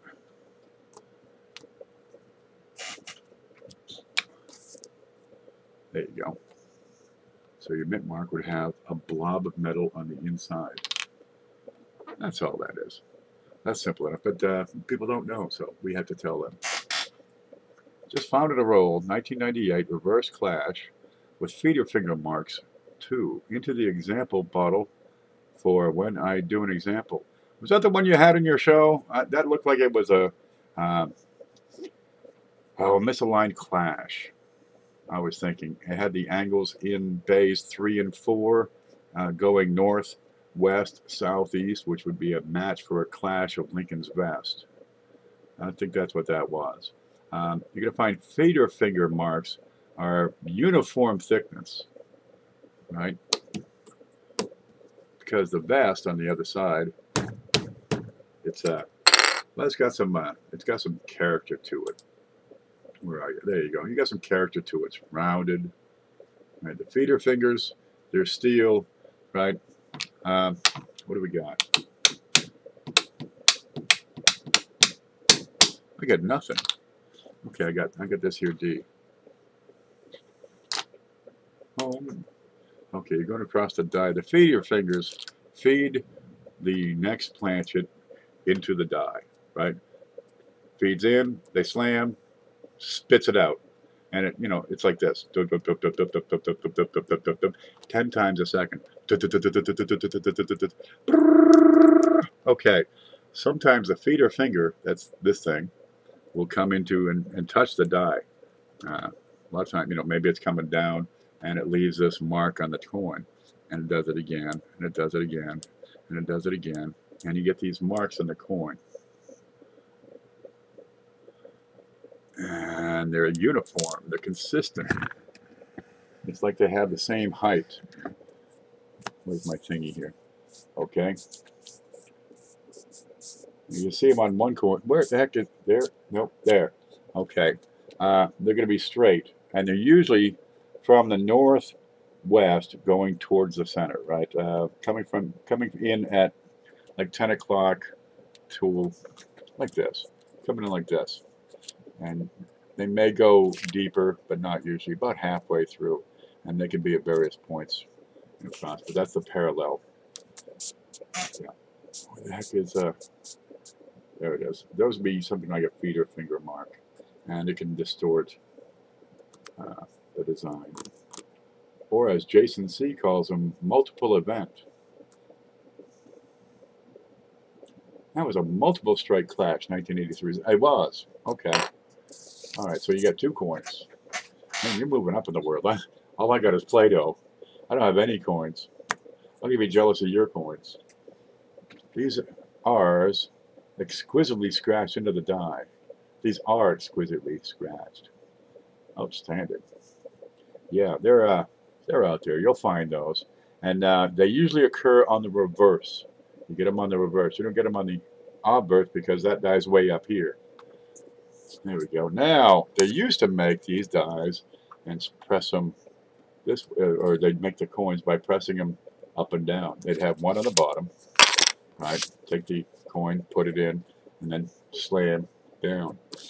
Well, I guess in the mid-'80s or something like that, before they did the rebuild on the Philadelphia Mint, they were doing a study about the effect of the die because you're putting, 300 million tons of pressure, and it's being absorbed by the structural supports of the floor. So sometime in the 80s, they changed it, so now they do it this way, right? Because this way it puts the force into the floor, and it was for screwing up the building. There you go. So now they clamp them. Clap on. That sort of thing. Yep. But as an interesting side story, something like 40% of all the mint workers that were there from the 40s and 50s and 60s are 2 inches shorter than the average mint worker today. We don't know if that's related. Maybe it's because I think they were using lead in the coins. Great point. They're almost exclusively on the reverse, since the hammer die is typically out of the way in the up position. Yeah. But now they're doing them sideways. But it's this one. It's the obverse die that does the moving. Whereas over here, that's where your feeder finger is. Yeah. But that's okay. I've got a die clash with a reverse on the R. Reverse on the R. The R in trust. The R in America. The R United States of America. Yeah. There's clashes out there. I picked a few. I pick them out. They don't cost nothing. They're a penny. Save them. You can learn a lot for sure just by saving the funny stuff. I don't know what it is, but it's different from the rest, so I'm going to keep it. And then later on, you'll go back, because over time, you'll learn stuff, right? If I do enough of these shows, if Frank does enough of these shows, and you watch enough of these shows, you'll learn stuff. And then one day, in 6 months or a year, you can go back over those coins that you picked out and decide, okay, I know what this is, and it's junk. Then you can spend it and get your money back. Or you say, oh, I know what this is, and it's a freaking keeper. So you can go back and decide. It's not a problem. 24 people watching. Look at that. I'm going to smoke one real quick. This thing will not respond to my commands. Do something. Nope. All right. I hate this computer. It's not the mouse. Where is the mouse? There it is. Okay, it's not going to respond. I'm going to close 16 of these windows that are open. I'll close that one. Close. And they're not going to close. This might speed things up. I wonder how many advertisements we've loaded while I've been here.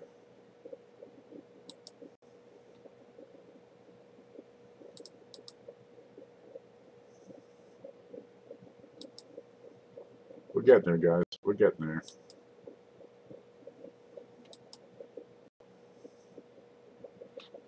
There. I think we're back. Wow. People are quieting down. That usually happens about 3 in the morning. People just can't stick it out till 6 and 7 in the morning unless Lemonhead's on. Then they go all night. There it is. All right, I'm going to put that back up.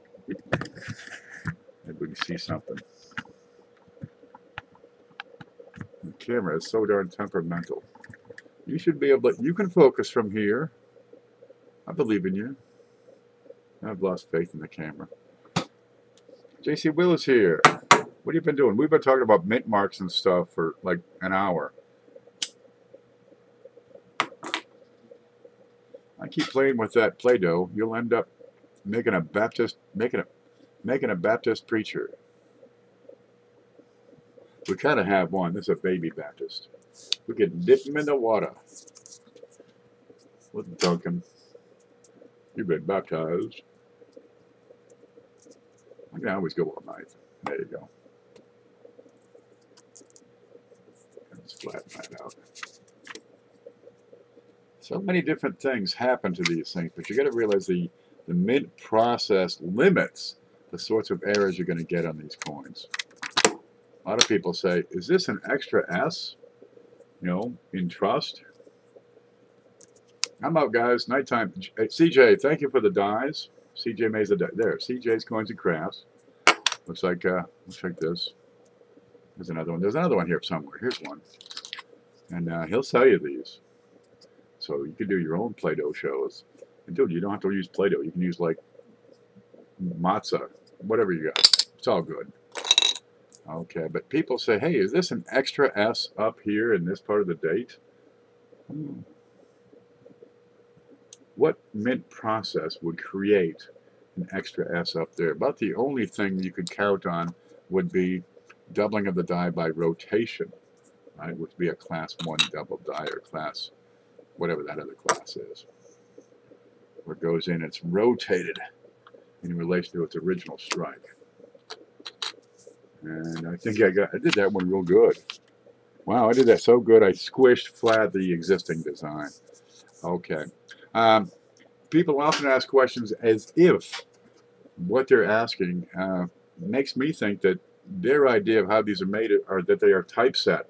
Hey, the design on this C is different than the design on that C. Okay, they're not interchangeable, right?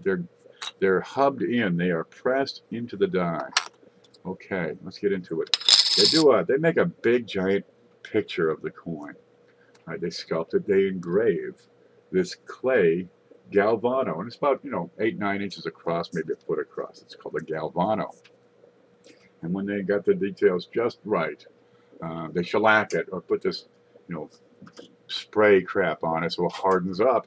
And they can put it on a design transfer lathe, which will reduce the size from, the dinner plate down to a die, which, if it's a penny, is that big around. Okay, and they take the design off of the galvano and transcribe it into a hub. Right, so it's a reducing lathe, and the head on that lathe, it's like a freaking needle. This thing spins around. And it just goes around slow. It takes like a day to make one of these things. This goes around, goes up and down, right? Wherever there's a detail. And they effectively engrave that die by moving this thing around according to, the way the funny gears work between the galvano and the top of the hub. Okay, now you have what's called a master hub, all right? And there's one. Now they might make a couple more. But it takes a while. So they get this going, and if you were to press coins in that, it's gonna, the coin's gonna end up looking like that. You can't do that. So they have to make a die. They press the master hub, which looks like that, into the die. They just shove it right in just as hard as they can. Right? And they transfer that design over to the die. Now that's a master hub. That's the master die.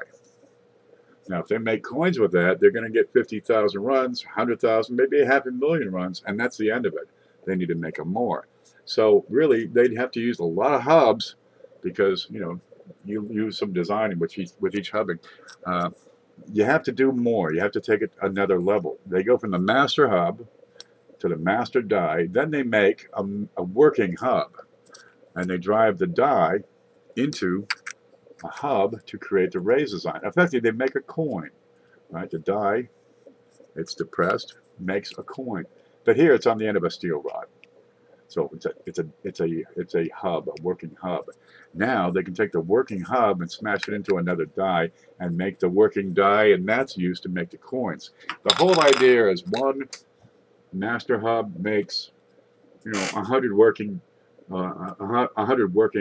dies, and that working die makes, you know, 100 working hubs, and each of those working hubs will make, you know, 5,000 working dies, and they'll need, you know, a lot of dies if they want to make 4 or 5 billion coins. And that's the whole idea behind that whole process. It's multiplication of the design. Ice cream 30, go get it. I had my ice cream earlier. I was out. I had to lick the box. I still got some ice cream in my ears from sticking my head inside that box. I'll be printing full spec dies shortly. Awesome. So like a die the size of a die, because these are big. They're nice, dude. They're wonderful for showing off, but they're huge. That's bigger than $1. They're huge. They're awesome for showing off, though. And the galvano sounds like spirograph. Have you ever tried sand? I think it would be easier and more colors to choose from.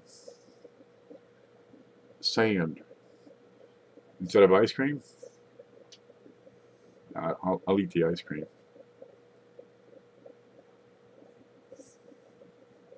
Yeah, CJ's got a good channel over there. He does 3D printing. And if you have an idea, he can make it a reality. He can print this, right? So you can do your thing. Show people how stuff works. Gosh, the stuff he comes up with. You got to see it. This one failed, right? Had a problem with the plastic or some darn thing. But look, this is now a cud. You know what a cud is?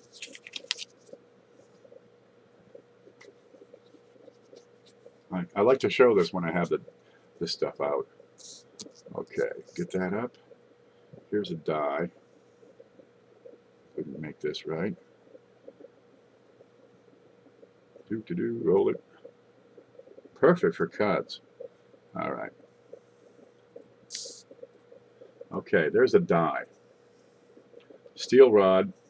Up here in the top, you get a design engraved into it. In this case, it looks like a V. Okay, there's the design. And a coin. If I make a coin with that, it's going to look exactly like that, except raised instead of sunk in. Now I smash, you know, I'm smashing all these dies. Over time, a little crack can appear. And you'll see these die cracks. Go pick up a 1983 penny. You'll see die cracks, right? And they'll grow, right, over time. Sometimes they replace the die, and sometimes they want another crack will appear, right? Sometimes you get this happens, where the whole side just breaks off. This piece of my hand that broke off, that is the cud. So that's a cud die, which is effectively what this is because it's got a piece missing, right? Okay, what's it going to look like on a coin? Cuddly McCudster. Okay, if I take a die with a piece missing off the side and I make a coin with it, what's it going to look like?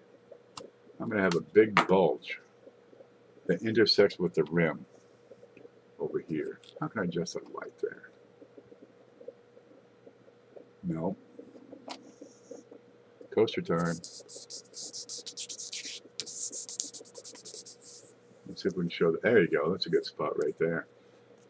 The cud is extra metal that is filled where it's missing. It's moved into this space on the die. So it's a big blob on the coin. And it intersects the rim because, well, that's the edge of the coin. So this is the rim up on this point, and it's a little bit over here. The rest of it is just blob. So if it's over here in the center, right, you get a piece of metal that is chipped away over here in the center. That's just a die chip or a die break. That's a cud. Right, over here, it's not a cud. That's a cud. Right, now on the reverse of that coin, I didn't have the same pressure. There you go. Because I'm missing a piece of the die, I don't have the opposing force. Right, because I want to have opposing forces when I make that die. I don't have the force imparted on this side to press that design into whatever the hell the reverse design is. So, ooh, we can do this. Yeah, baby, watch this. We got everything here. Whoops, watch it. Okay. Reverse die. Cud. Planch it. Oh, this is going to work great. Watch this. See the cud here where the piece of the die is broken off? Missing a whole chunk of that die. I'm going to press that in. Let me find a good spot so it's got some detail. Opposite. There we go. But I need to have the opposing force on the reverse. Won't let go. Let go. There you go. See, I've got two forces coming in to squeeze that die from two sides. Over here, I've got metal missing, so I'm not getting the same force on the reverse. Let's take that apart and see what we got. There's my coin. Big cut on that side. What does the reverse look like? I've got weak, oh, perfect. I've got weak detail here. Where's the nice thing? There's another telltale sign. Here, I had metal on the front, metal on the back, it pressed. Over on this area, I don't have the detail because I didn't have the force squeezing it in. The metal was able to flow into that cud, so I've got a weak spot here in the detail on the reverse. How do you get that one figured out? Uploading pics to CoinOp Facebook page. If I load Facebook right now, it will kill this stream. So I'd have to just, I've learned don't check the mail, don't load Facebook, right? Don't watch Lassie reruns. Feel the force within you. I can put my safety glasses on. This is Play-Doh. I can probably get away without the safety glasses. Yeah, but there's a neat one. And we made, all this is made possible because of CJ's Coins and Crafts and his never-ending adventures with a 3D printer. Yep. Yeah, here you get the same detail, nice and sharp and clean and neat. But if I don't have the force because the metal has, you know, it's allowed to just flow freely, it doesn't push the metal into the other side. I know, right? There you go. Nope, the Blakesley effect is something else altogether. And the Blakesley has to do with forming the rim on a coin. I think we can do that here.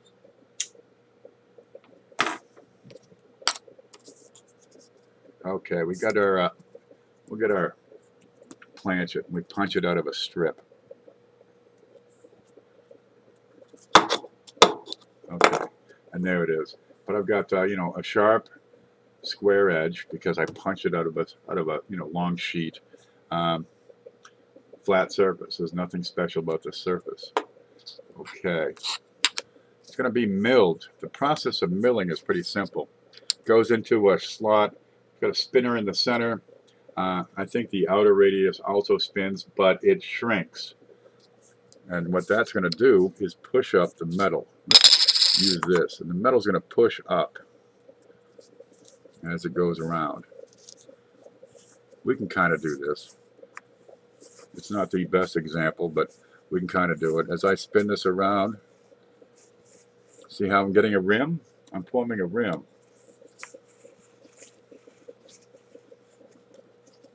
And that's probably as good. That's probably as good as I can get. I've got a depression in the middle, which is flat. I've got a rim. I've got a raised rim. Let's try it again.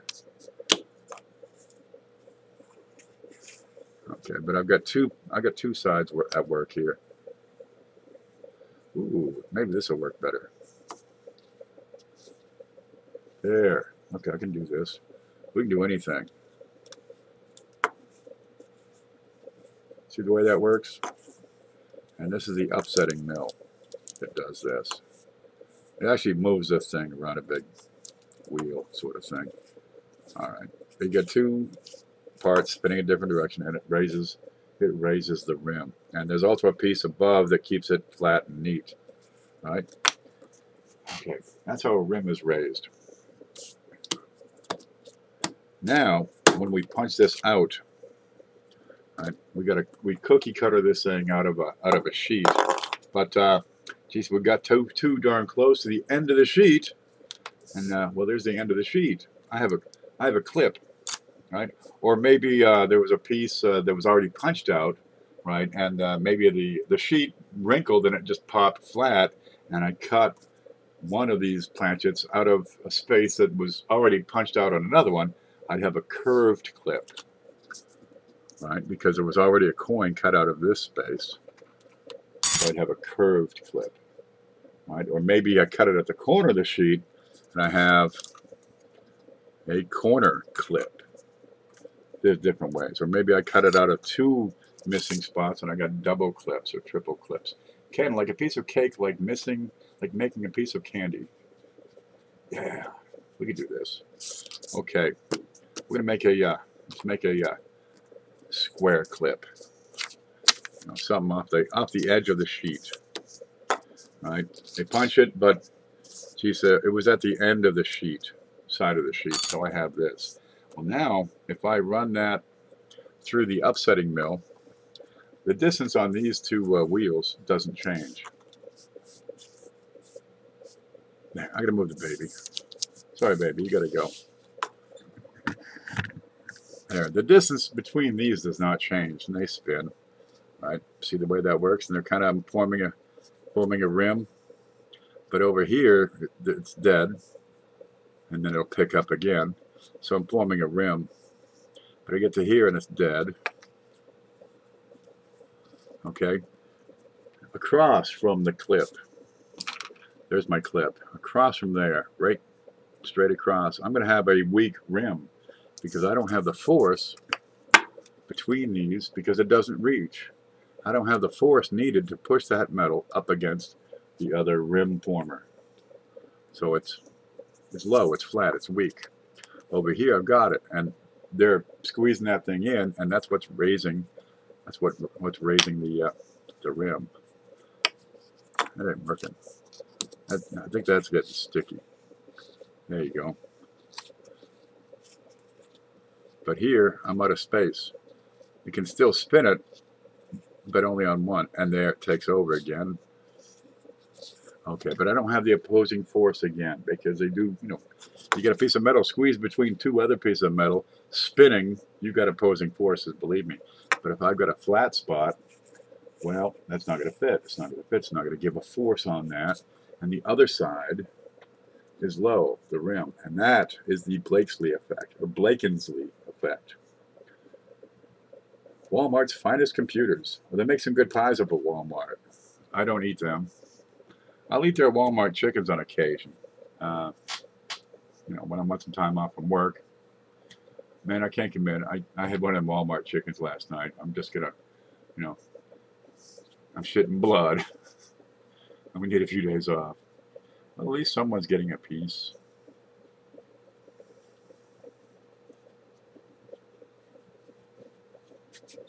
So that's what that is.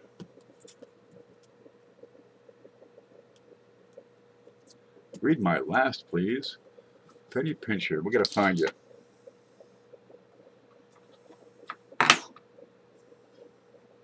There it is. The computer's dragging. I don't know why it's dragging. It shouldn't be dragging. I can't scroll back. Can you tell me the model of your computer? Yeah, it's a T1000SUX. What is it, a Dell? No, it's an HP this month. Go to Walmart, get the cheapest damn computer they got, and you'll have what I got.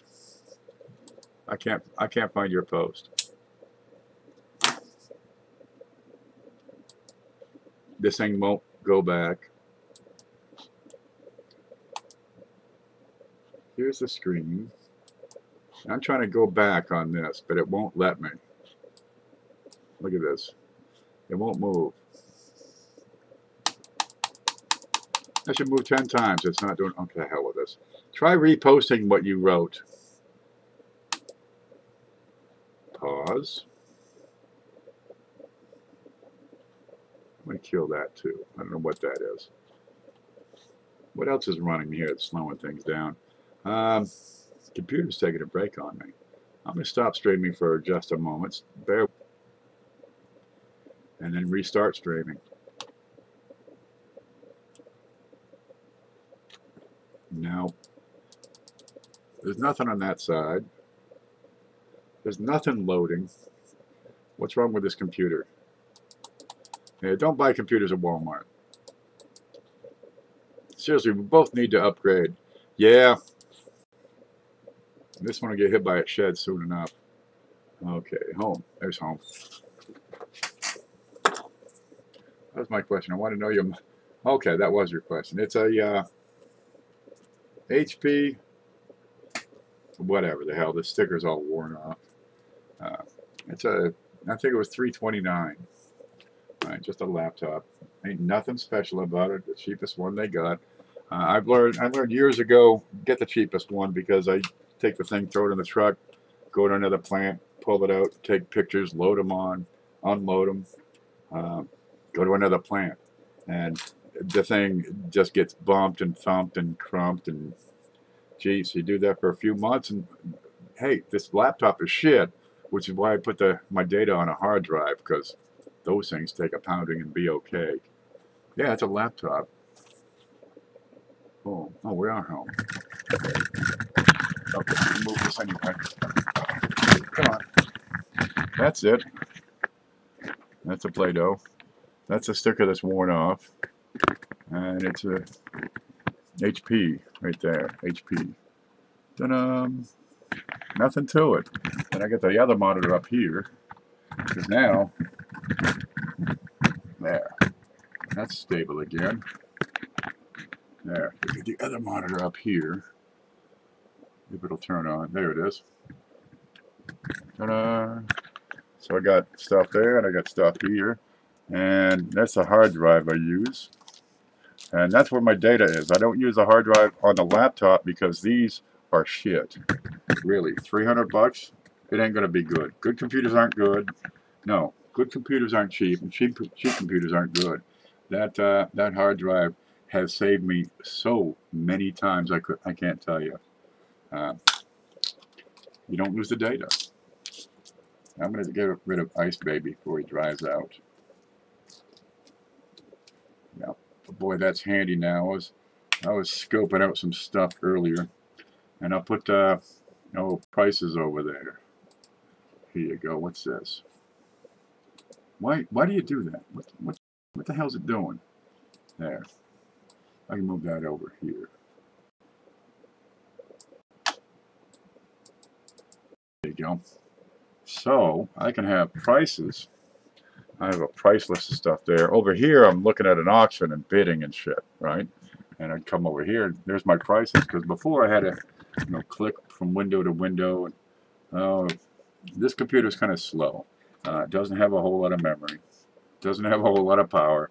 The video card is made for old ladies to read their email and look at pictures of their grandchildren. That's it. So I tend to tax this thing rather excessively. And it slows it down. So that's handy because that doesn't have to refresh. That would make an epic video. The PC meeting the shed. Oh, it's been there, baby. Met right up against it. Darn shame when your computer gets hit by a shed, but what can you do? Externals are great for backup. I use the laptop for backup because that thing has never failed me. I've had that for 10 years, that one. 10 years. This is my 5th laptop in that time. Best darn investment I ever made was that. I think it's a terabyte. I really don't have any idea anymore. Who makes it? Seagate? That's a Seagate. Backup plus portable drive. It does not say how big it is. Oh, wait a minute. What's that? 1 terabyte. So that's a billion megabytes or a gillion, I don't know what it is, a Brazilian. I'm going to email you. I just grabbed an ID program from HP. Should get you specs from it too. You can build a great one yourself cheaper than buying it outright. I used to build the darn things, right? But now I spend my time looking at coins rather than looking at computer parts. Because I ain't got time to keep up with that. Coins is easy. They don't change. You know, 50 years ago, that coin is the same now as it was 20 years ago and will be 20 years from now. I have an Atlas C 40 gigabyte external I've used for about the same time, 10 years. 40 gigs, pretty good size. I could fill that quick.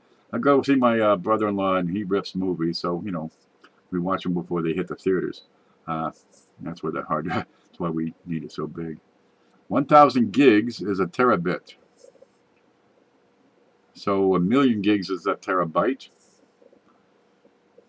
No, they shut down Radio Shack, man. Nobody cares about transistors anymore. We got transponders now. Yeah.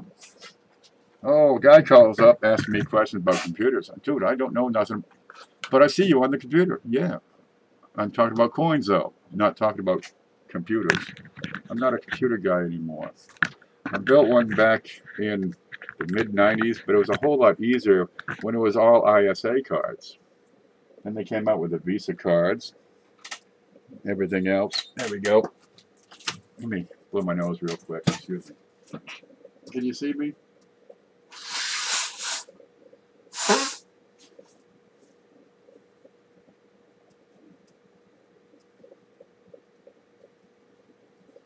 Then they changed the memory, and then they changed everything. Just to hell with it. It became easier to buy a computer than build a computer. I don't mind building them, but I'm 25 years behind the technology nowadays. There, that's cleaned up. And I got no interest in trying to catch up. Damn, there goes the warranty on my Tandy. Yep, your trash 80's gone, man. Just throw it out. Or better yet, try to recycle it and get the gold out. Watch Klesh's video. He'll show you how. You chop it up, you soak it in vinegar, you boil it for a week, you make some muffins. He'll show you. But there's some stuff, and it's, you know, if you don't know what you're doing, don't do it. Because you'll probably die. I think I still have my 300 baud modem. Jesus. Out here in the woods, honestly, I think I had faster speed when I had a dial-up and a 56K modem. Sometimes it is that goddamn slow. Jesus. Best Buy should leave.